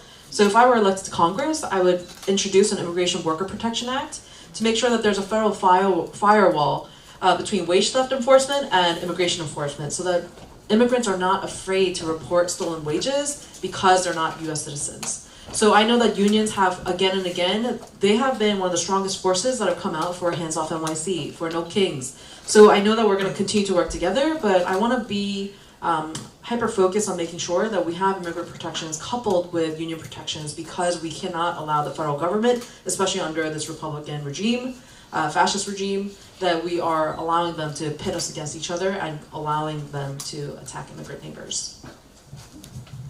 Thank you also very much for your answers. We're going to start our next question with Claire Valdez, and this question was submitted by Mary Billieu on transgender rights. Across the country, transgender youth face increasing challenges related to safety, access to health care, and equal treatment in schools and public life. Federal policy plays a significant role in shaping protections for young people and ensuring that civil rights are upheld. How would you approach safeguarding the rights and well-being of transgender children? Absolutely, and this is one of the greatest threats to our society right now, because this administration thinks that if they can divide us against each other, if they can pick off the most vulnerable people, that we'll let it go without a fight, and we won't. Right now, trans youth and transgender people all over this country are literally being erased from national monuments, from websites, and are fleeing to New York City and to New York State for safety and for health care. This isn't just, and it isn't right, and we can't allow it to happen. We have to be enshrining the rights for health care, for gender-affirming care. We have to be standing up against private hospitals that have said that they will not provide gender-affirming care under this administration, and making sure that they follow the law and comply. We have to make sure that we're building housing for trans youth, and that, you know, as a population that is most at risk of homelessness and being vulnerable to evictions, that they have safe and stable housing. And we have to pass Medicare for All, and Medicare for All has to include gender-affirming care as a right. There are resources we can pour in to make sure that this population is taken care of. The Trump administration ended the transgender hotline 988.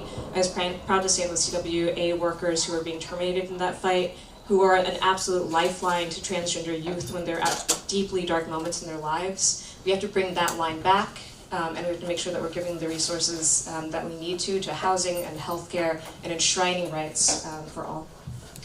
Thank you for that answer. Councilmember Wong.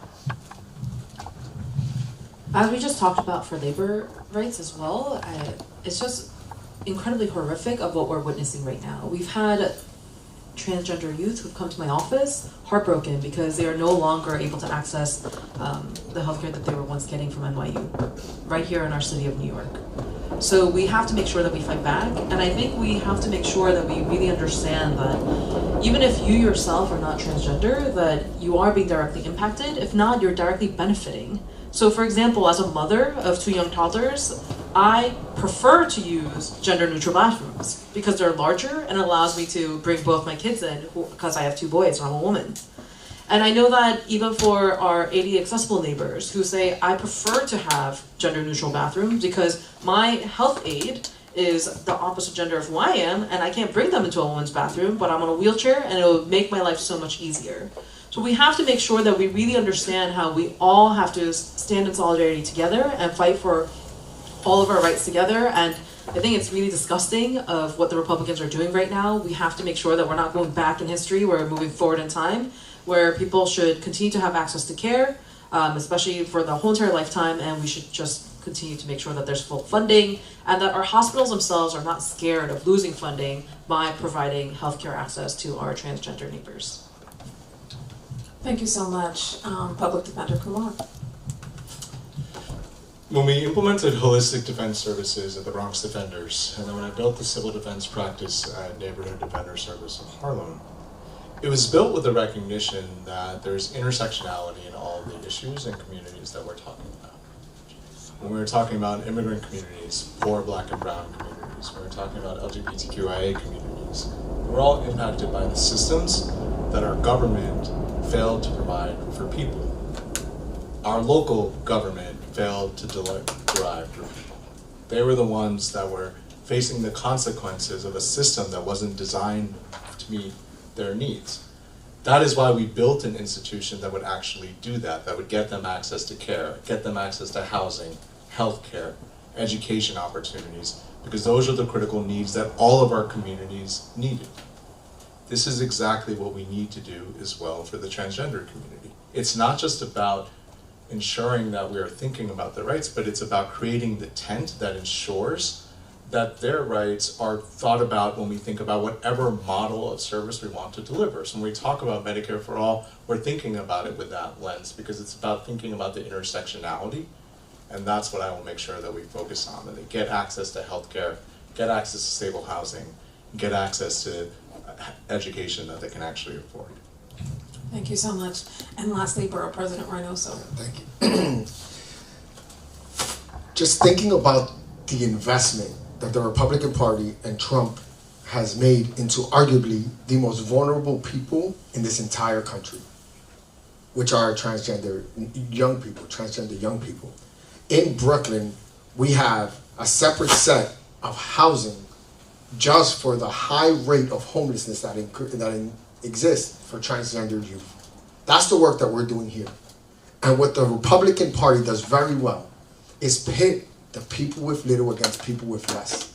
They want us focusing on this issue that affects a very small amount of people because they can't win on their policies of helping rich people. So they have to find vulnerable populations to go after. And arguably the most vulnerable one is this one. And as a Democratic Party, we have to be the party to ensure what I believe is the civil rights moment of our time, is ensure the rights of transgender people, not only our youth, but transgender people. So when we get to Congress, again, another point or principle that should be foundational in who we are as Democrats is defending transgender rights. Thank you. Thank you so much for everybody's answers. Now we're going to go for the next question submitted by members of the West Queens Independent Democratic Club on the future of the party. The Democratic Party is navigating internal debates, balancing perspectives and priorities across many topics, such as economic injustice, climate action, healthcare, civil rights, and more. As conversations continue about what the party should stand for, how do you envision the future of the Democratic Party, and what principles do you believe should guide said future? We're going to start with Councilmember 1. We just witnessed an election of a lifetime where the traditional Democratic Party said that our current mayor, or our newest elected mayor, had no chance. And he was able to spread a message of hope, spread a message of moral fortitude to show us that we have a better future if we are willing to organize for it. And I believe that we want to see more social programming. We want to make sure that there's adequate taxes, especially taxing the rich, so that we're all paying our fair share for universal childcare, for making sure that our public schools are fully funded, to make sure that we have fast and better efficient public transit so that we can get to work on time, and making sure that our government is just working for people. Right now, I'd say that the Democratic Party has not been great at it. And we have to make sure that we have leaders who are willing to stand up and fight back, to claw back every single federal dollar that the Republican Party has taken away from us. And we can't just sit there saying, oh, well, you know, this is just, we just gotta lay down and die or roll over, as we've seen over and over again with a lot of the bills that we've been fighting against, making sure that we don't have billions of dollars being poured into ICE, that we're not seeing our neighbors being snatched up at bus stops, that we're not seeing transgender rights disappearing overnight, even women's reproductive rights disappearing overnight, that we have leaders who are going to stand up, be conscientious of what we're fighting for, and make sure that we're digging in our heels until we win back the House, as well as the White House, and we have to expand the courts. Thank you very much. Public Defender Kumar. I like this public defender Kumar. I know. Stop using Mitchell. Just again, Mitchell, like Mitchell with a B. Look, people don't trust government. That's just the reality. And they don't trust politicians. And why should they? What has the establishment done to prove themselves worthy of the votes that they're constantly pandering for? They don't deliver real results for working people. They don't create institutions that actually meet their needs. And they certainly don't listen. So when we're talking about what the Democratic Party should stand for, we should start with why it's not working today. We can have a conversation about whether it's corporate Dems or it's more progressive Dems, whether it's rural Dems or more urban Dems. It doesn't really matter, because people don't trust any of them, because what have they delivered? Client after client who I, maybe not wisely ask about politics, feel like, Mitchell, I don't vote. Mitchell, what has government done for me? Mitchell, like, what does it matter if it's Democrat or Republican? They just line their pockets anyways. So what we need to do is focus on ideology that is actually about delivering real working class results for people, showing up when they actually need us, not just because we need their vote, and instilling leaders that understand their needs because they've actually done the work. Thank you very much. For President Reynoso. Yeah, I'm going to give you 30 seconds after this, because I just disagree with Kumar's perspective. I think there's a certain type of Democrat that people are tired of, and it's these establishment corporate Dems that are knee-deep in incrementalism and can't see a crisis hitting them in the face. What we need are people in government that can see a crisis and have a crisis-level reaction to solve for the issues of everyday people, and that's what we need. What I think you see in New York City with the progressive movement, the socialist movement, is an effort by the Democratic Party to not make government run better, but make government different and completely different. And it be a party that looks out for the interests of the working people. Because I don't want to dismiss the work that these elected officials, I won't even talk to myself, that these elected officials have done for their community. Judy Wan has done thousands of units of affordable housing for her district during a housing crisis. You can't just dismiss that because it's a good talking point to say that elected officials are not doing anything. The amount of funding that we were able to get to schools in this district, in Ridgewood specifically, is significant. We've been able to do work on maternal health to save the lives of black women that are dying at 8 times the rate as their white counterparts. Those are the type of Democrats people are looking for. There's just not enough of us in Congress. The other thing is that there's 4 people here that I think will do better than a lot of people in Congress, but there's only one of us that's going to be able to make it there. That's an unfortunate thing that we're all coming from this district. I wish we could spread the love and go to other places, but we can't. But I just want to say that what people are looking for are fighters that can get things done in government, and that's the type of congressperson that I'll be. Thank you so much, for President. We're going to get it back to Public Defender Kumar for a response. We're going to give you 30 seconds, all right? First response. I don't disagree that there is the corporate Dems, quote unquote, are the ones that people are sick of. But that is actually painting a broad brush. What people are really sick and tired of is hearing empty promises, because delivery is not what happens. When government starts talking about, I'm progressive, but there's bureaucracy. I'm progressive, I'm trying, but it's hard. That is what people don't want to hear. What people want to see is people that turn over every single stone to deliver the result that they've asked for. Thank you so much for your response. Now we're going to go with Assemblymember Valdez. The Democrats lost 2024 because they were not paying attention to the base of the party. They were not laser focused on an agenda that centers working class people, and they were ignoring the reality that the Biden administration had been funding a genocide in Gaza, and that the Democratic base was sick of it. That we don't want to see our money bombing refugee camps and displacing innocent people. We don't want to see our money being poured into wars. We want to see real investments in our community. If the Democratic Party had been paying attention to the base, they would have actually been working for a ceasefire when they said they were. We would have passed Medicare for all so that everyone could have health care free at the point of service. And we'd be investing in permanently affordable housing all over this country. The Democratic Party could have been treating the labor movement and unions like the pillar of American democracy that they are instead of just turnout machines. But the Democratic Party has taken the base for granted. And in doing so, they have pushed people out of the political process. I know so many people who didn't go to vote in 2024, who don't go to vote now. I've knocked on thousands and thousands of doors all over this city. And the biggest thing that we have to overcome is not difference in politics, it is differences in a belief that government can actually deliver for people and that Democrats are worthy of supporting. So to right this ship, Democrats need to start listening to the base. They need to start standing up for justice. They need to end the genocide in Gaza. They need to stand for working people, and they need to remember that we're the ones who put them in office. Thank you so much. When we were planning things out, we thought we would only have like time for 5 questions, but you guys have been so respectful with maybe 6-7 questions in total. So our last question, before we move into the rapid question, is an in-house question on, I said questions so many times. It'll be on immigration. Immigration policy continues to be a pressing issue with ongoing debates about pathways to citizenship, the treatment of asylum seekers, and the role of ICE and its activities across New York City. Concerns include family separation, detention practices, and the impact of immigration raids on public safety and trust. As discussions about comprehensive immigration reform and the future of agencies like ICE continue, what approach would you take to immigration policy at the federal level? We'll start things off with Board President Reynoso. Yeah, I get to say abolish ICE. So that's great. They keep landing on this, so you'll get your check in the mail. No, abolishing ICE. This is an agency that started in the early 2000s. It was completely unnecessary. Supposedly to go the scalpel within the immigration world to go after, the worst people, and then you turn that scalpel into a hammer, into a sword, and have a completely useless agency with a lot of resources with nothing to do. So what do? They go after 5-year-olds, they go after teachers, they go after students, they go after people in hospitals, in churches, because they have nothing to do, because they have no value.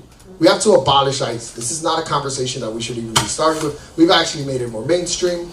I want to say that I was part of the group that got rid of ICE from Rikers when we were in the city council in 2015. And it gets back to saying that was before it was cool. When now everybody's saying abolish ICE. Centrist Democrats are saying abolish ICE. We did that when it wasn't cool. Because every step of my career, you will always see me put my neck on the line for things that might seem currently unpopular, but are the right moral things to do. And we made it happen and we got it done. We also need to talk about paths to citizenship, especially for TPS, temporary protected people. We got people from Haiti. We got people from Haiti that have been here for 15 years, don't know anything about their country anymore, have completely established their lives, have kids and families, and we're asking them to go back to Haiti. I want a path to citizenship for TPS, or temporary protective status folks that have been here for a certain amount of time, and DACA students. Thank you so much. Thank you so much. Yep. Assemblymember Valdez. Yeah, abolish ICE. The receiver agrees. We have to abolish ICE. As was already stated, I think most of us on the stage are older than this agency. It was spun up in response to a crisis, and it has no use in this country. It was used to surveil our immigrant neighbors, and it is now being used to murder immigrants behind closed doors in detention centers. Dozens have already died under this administration, and it's profoundly unjust. We need real accountability for the people who made this happen, you know, because again, ICE is not an agency that spun out of nowhere. It was built, it was designed to terrorize people, and now it has been militarized and funded with billions and billions of our taxpayer dollars. And there needs to be real justice and accountability to the people who've been propping it up. We need pathways to citizenship. I agree. We need to make sure that folks with TPS who are able to stay and have a pathway to citizenship. We need to increase the caps on refugees who are coming to this country. And we need to acknowledge the role that the United States plays in displacing people through wars, through environmental degradation, through disasters, through sanctions. People are fleeing to this country for a reason.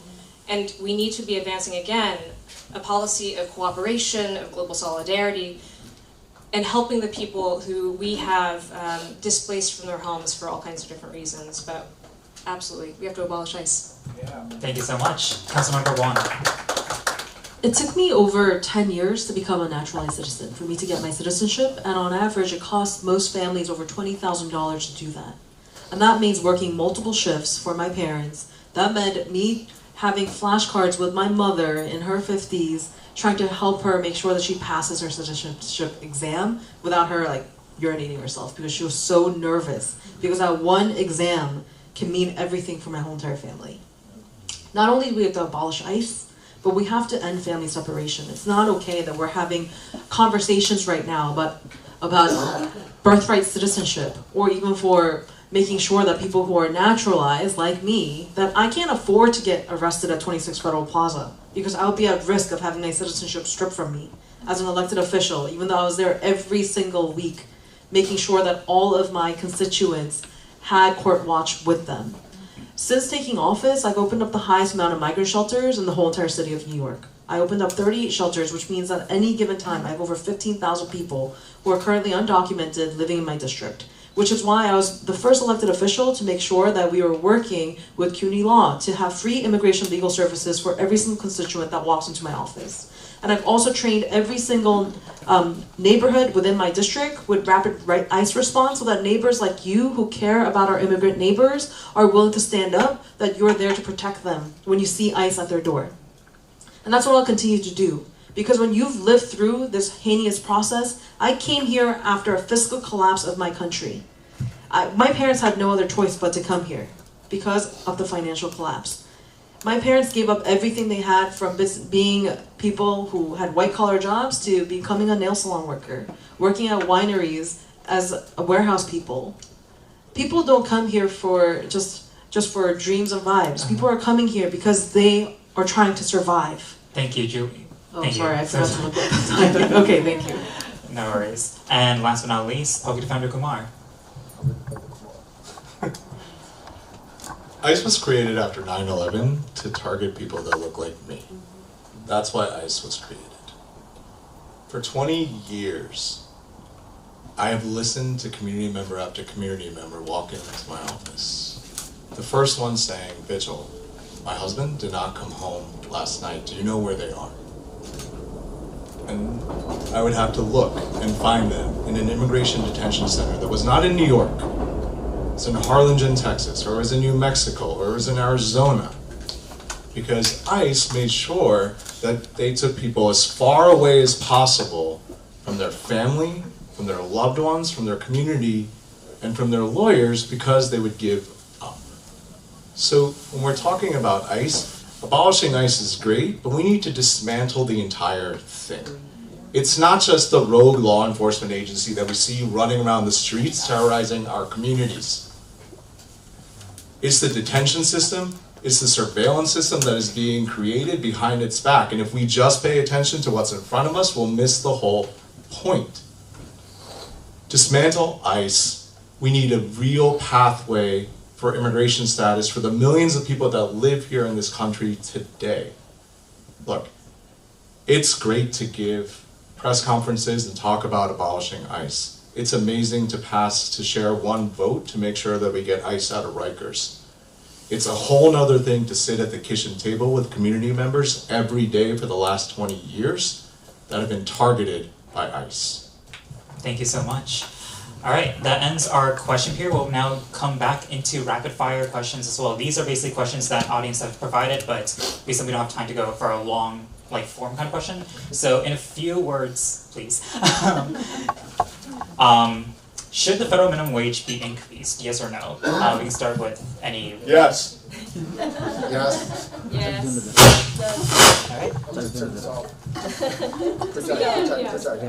Do you support a binding self-determination process for Puerto Rico?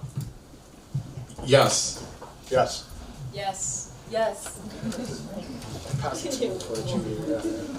What's one quality about yourself that makes you the best candidate? Oh my God. In just a couple words? Please. I'm a labor organizer. Good skin, just kidding. I would say that right now, I'm currently the only person who's running with a tech background. Right now, we are in the midst of an AI revolution, just like the Industrial Revolution. If we don't prepare our workforce for what is coming, we are going to have a lot of issues for the future of. Thank you. Okay, I know you're giving me the side. Pass the mic. I'm a brown middle-class dad, and I don't think we have enough of those voices in Congress. Real. I build solutions because government fails. Thank you. And last rapid fire question: do you accept any donations from corporate PACs? No. No corporate PACs, no special interests, no dark money, no individual expenditures, none of that. Individual expenditure? Independent. Independent. No APAC, no real estate, no fossil fuel money, no corporate PACs. No. Well, thank you so much to everybody for answering these rapid fire questions. Now, we'll go ahead with our candidates' closing statements. We'll start with Council Member Julie Wan. From the moment that you're born until the day that you die, I believe that our government should be a safety net for you when you're the most vulnerable. That means that when you're too sick to work, when you're too old to work, when you're too young to work, right now our society treats you as if you're worthless. And we have to fix that. And these are not radical ideas. We deserve universal health care. We deserve universal child care. We deserve prenatal postpartum care, retirement with dignity, to make sure that you have burial assistance. These are very simple things that we have on the state levels, all across the country, and we can expand them countrywide. So know that I'm coming here with a lived experience of knowing what it's like to be a child that grew up on public benefits, what it's like to be an immigrant in this country, to know that it's incredibly frustrating to be on the receiving end of trying to get your benefits processed so that you can just make your rent the next month. So I'll always be here for you no matter what, as a council member or your Congress member, and we're going to continue to work together, especially because many of us will continue to serve together in the government. And I believe that you have a really great slate of community organizers and advocates and elected officials who have your best interest in mind. And like I said in my opening, as I do in my closing, I do believe that we have a really great collective of candidates who are going to run positive campaigns, I hope, run positive campaigns and make sure that your voice is heard and that you really truly feel seen and heard and cared for by our government, because you do have pretty good elected ones over here. Thank you so much. Assemblymember Claire Valdez. Yeah. Thank you again, everyone, for organizing this. Thanks to the Ridgewood Democratic Club for hosting us. Thanks to you all for giving us part of a really beautiful Sunday. I know intimately what it's like to work terrible jobs, to feel like I am powerless, to feel like the only thing ahead of me is the next shift. My union changed my life. Organizing changed my life. And that is exactly why I'm running for Congress. To make sure that every single person in this country feels capable of organizing their life, to change their circumstances, and to come together. That's exactly what this campaign is about. We have 1,300 volunteers who are knocking doors all over this district. I started out knocking doors for Bernie Sanders and really believe in the transformational power of speaking to your neighbors, developing your organization, and becoming a leader in your life. I want to pass the PRO Act, win Medicare for all, win housing for all, end the genocide in Gaza, and end forever wars. And we have to be advancing a progressive, democratic socialist vision for what this country can win when everyday working people are made powerful in their own lives. Thank you so much for having me. Thank you so much. And now, Borough President Antonio Reynoso. So this was a lot of fun today. You're gonna have a hard time, really. It's who goes first. Because we are gonna say mostly the same things. Because our values are really aligned here in this crew. What I ask is that you choose or you support the elected official that is going to be able to follow through the best. And I have the longest track record, the receipts, of doing meaningful things in the progressive movement. Passing legislation that has affected meaningful change in your lives. And that went sent to Congress, in arguably the most difficult place to get things done, that you send somebody that's ready to do it on day one. This is a time when experience actually matters. I am the youngest borough president elected to a 4-year term, the first Dominican elected citywide. None of that happened by mistake. It happened because the people of Brooklyn saw the work that I actually did.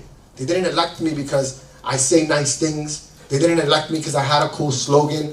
It's because when they did the research, they looked behind the mailer that we're going to send, there were things that we could actually talk about on the differences we've made. And I don't think this year, especially with the people that we have to fight when we get there, is a time to not put experienced people that can actually get things done front and center. So I ask you all to support me in this campaign. I just want to, I always say spread love is the Brooklyn way, but I'm representing a bi-borough district, so also please get the money. But thank you guys very much, and this is a lot of fun today. Thank you. Thank you very much. Last but not least, public defender, Kumar. Did you not have a cool slogan? No, I don't. Oh. Thank you all for being here, and to our hosts for making this event happen. Please support this club. We got another leak. We got to make sure we fix that leak, people, so we can be back here next week. Sound good for y'all? You've heard from 4 people running for office tonight. You've heard lots about policies. You've heard lots about plans. You've heard lots about proposals. Because that's what we talk about when we're running for office. Let me tell you what I've been running towards for the last 20 years. I've been running towards the people, the working families, that this government has failed every single day. When ICE has been at their door, when their landlords tried to evict them, when their employers deprived them of their rights, that is where I was. And that's where I put my head down and made sure that we created and built systems and institutions that supported them through the crises in their life because government couldn't do that. We have the opportunity right now to send someone who has created solutions, who's been a builder, who has protected immigrant, working class, everyday New Yorkers for the last 20 years. Look, ideology, it takes generations. Plans take years. But the harm is being what's inflicted every single day. It's what I've lived, it's the work that I've done for 20 years, and it's what I'll take to Congress. Thank you. Thank you so much. And thank you to all of our candidates for being here tonight and for engaging in a thoughtful discussion about the future of New York City overall, and especially in Congress District 7. I also would like everyone to give a round of applause to our candidates for coming over. And especially a round of applause to all of the staff and the volunteers that came out and showed up. They've done amazing work with setting up the entire room, cleaning the entire room, especially with all the leaks and everything, making sure that people are checked in, making sure that everyone's having a great time and everything. So can't have this event possible without the help of our volunteers coming up and taking their time, especially like at 1 o'clock in the afternoon to make this possible. I also want to thank everyone in the audience, whether you joined us in person or tuned in virtually. Y'all took the time to stay informed and engaged, and especially with a district like this, its diversity, its energy, and complexity, it's no surprise that y'all showed up with the toughest questions that we had to ask. Beyond policy differences and ideologies, what matters most now is participation. Our democracy is strongest when people show up, when they vote, when they organize and when they hold their elected officials accountable. So as we leave tonight, I encourage everyone to please stay engaged. Learn about the candidates, talk to your neighbors, and most importantly, make a plan to vote.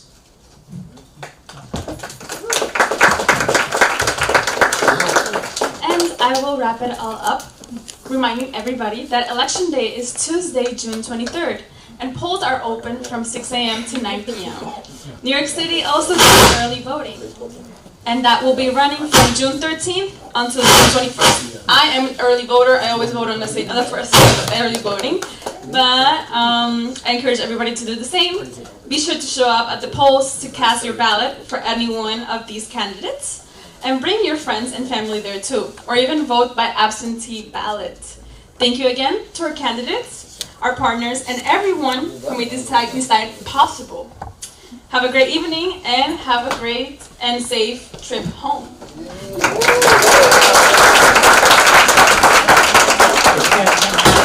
You can also get a group photo with all the candidates as well. Yeah, behind the Richard Dems, of course. Thank you. You have the toughest job.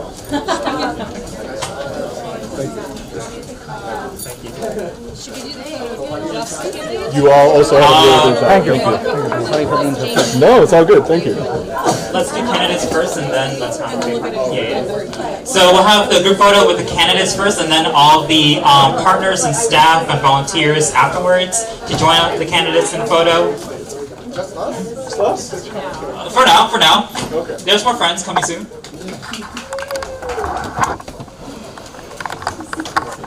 Just give a moment for that. All right, can we have people from Latino Dems in New York City, Ridgewood Dems, Queens County Young Dems, Squid, and Western Queens Democratic Hub to please come to the front. Everybody take care of their own thing.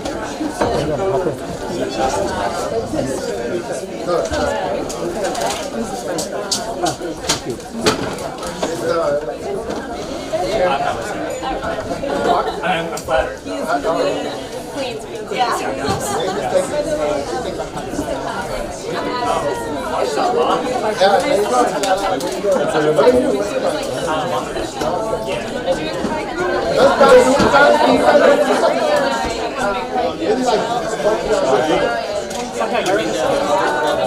It's all volunteers.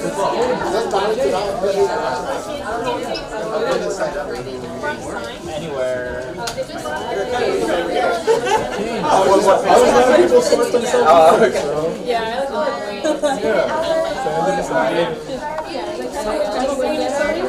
Probably. I'm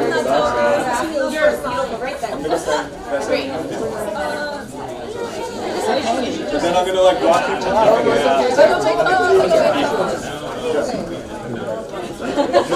You're totally wrong. I misjudged that.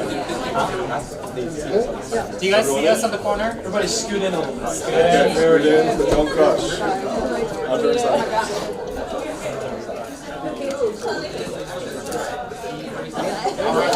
Good job, everyone. One more really quick shout out I want to give. I want to give a shout out to Viewers Television News, who are the people that helped to make this live stream possible as well. Thank you so much. All right, have a wonderful night, y'all. You have fun?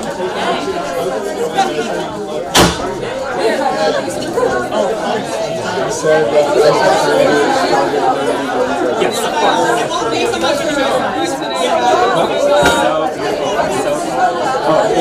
But it was actually created as a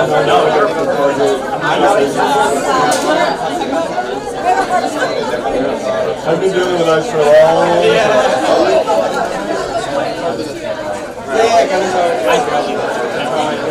I was like triangle. I was like, can we run?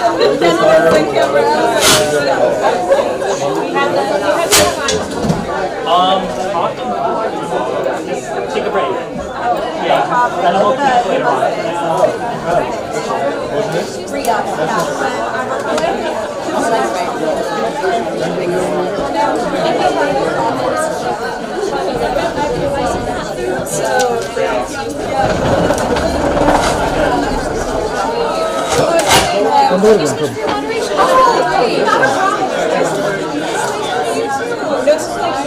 Tightly run, like very nice. Put a wonderful I appreciate it. As a candidate, I was like, what's going to happen? It's like, it's nice to be like, here's what's. You just walk in and get or the worst possible. I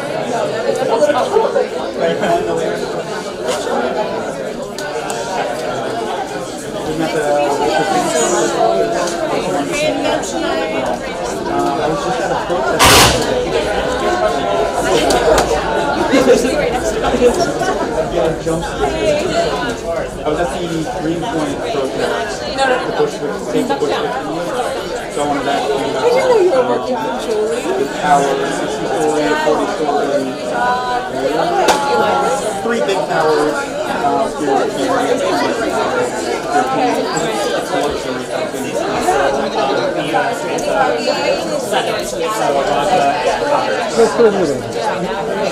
No, you learn a lot.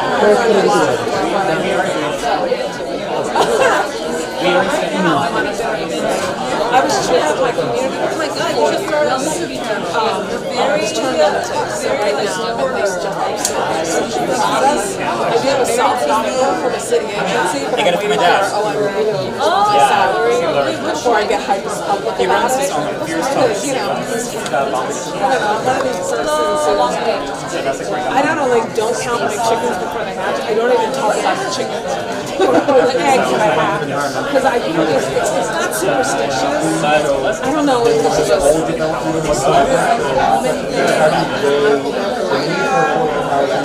I wouldn't call it insecurity, but I would, I guess I want to be just so careful. You know what I mean? Like, I never for sure fired there. You know what I mean? Just I never want to be fired. So I'm hoping it just takes 6 to 8 weeks. You know, city is all quick.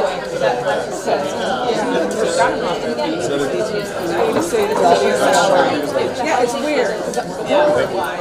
If there are water bottles left remaining, y'all are more than welcome to grab one.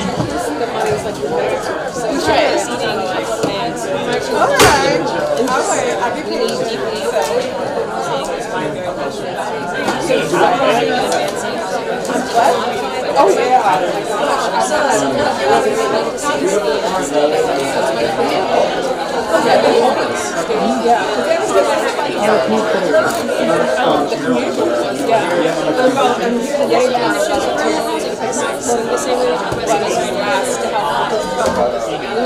And everyone else is tied up into this campaign. It's too short. So I kind of ran part of which is great.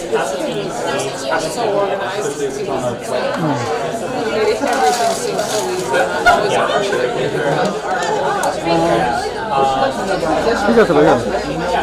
I want to do intergovernmental affairs for city agencies, so, and I want to stay in so fortunately this job's up. So, I'll let you know as soon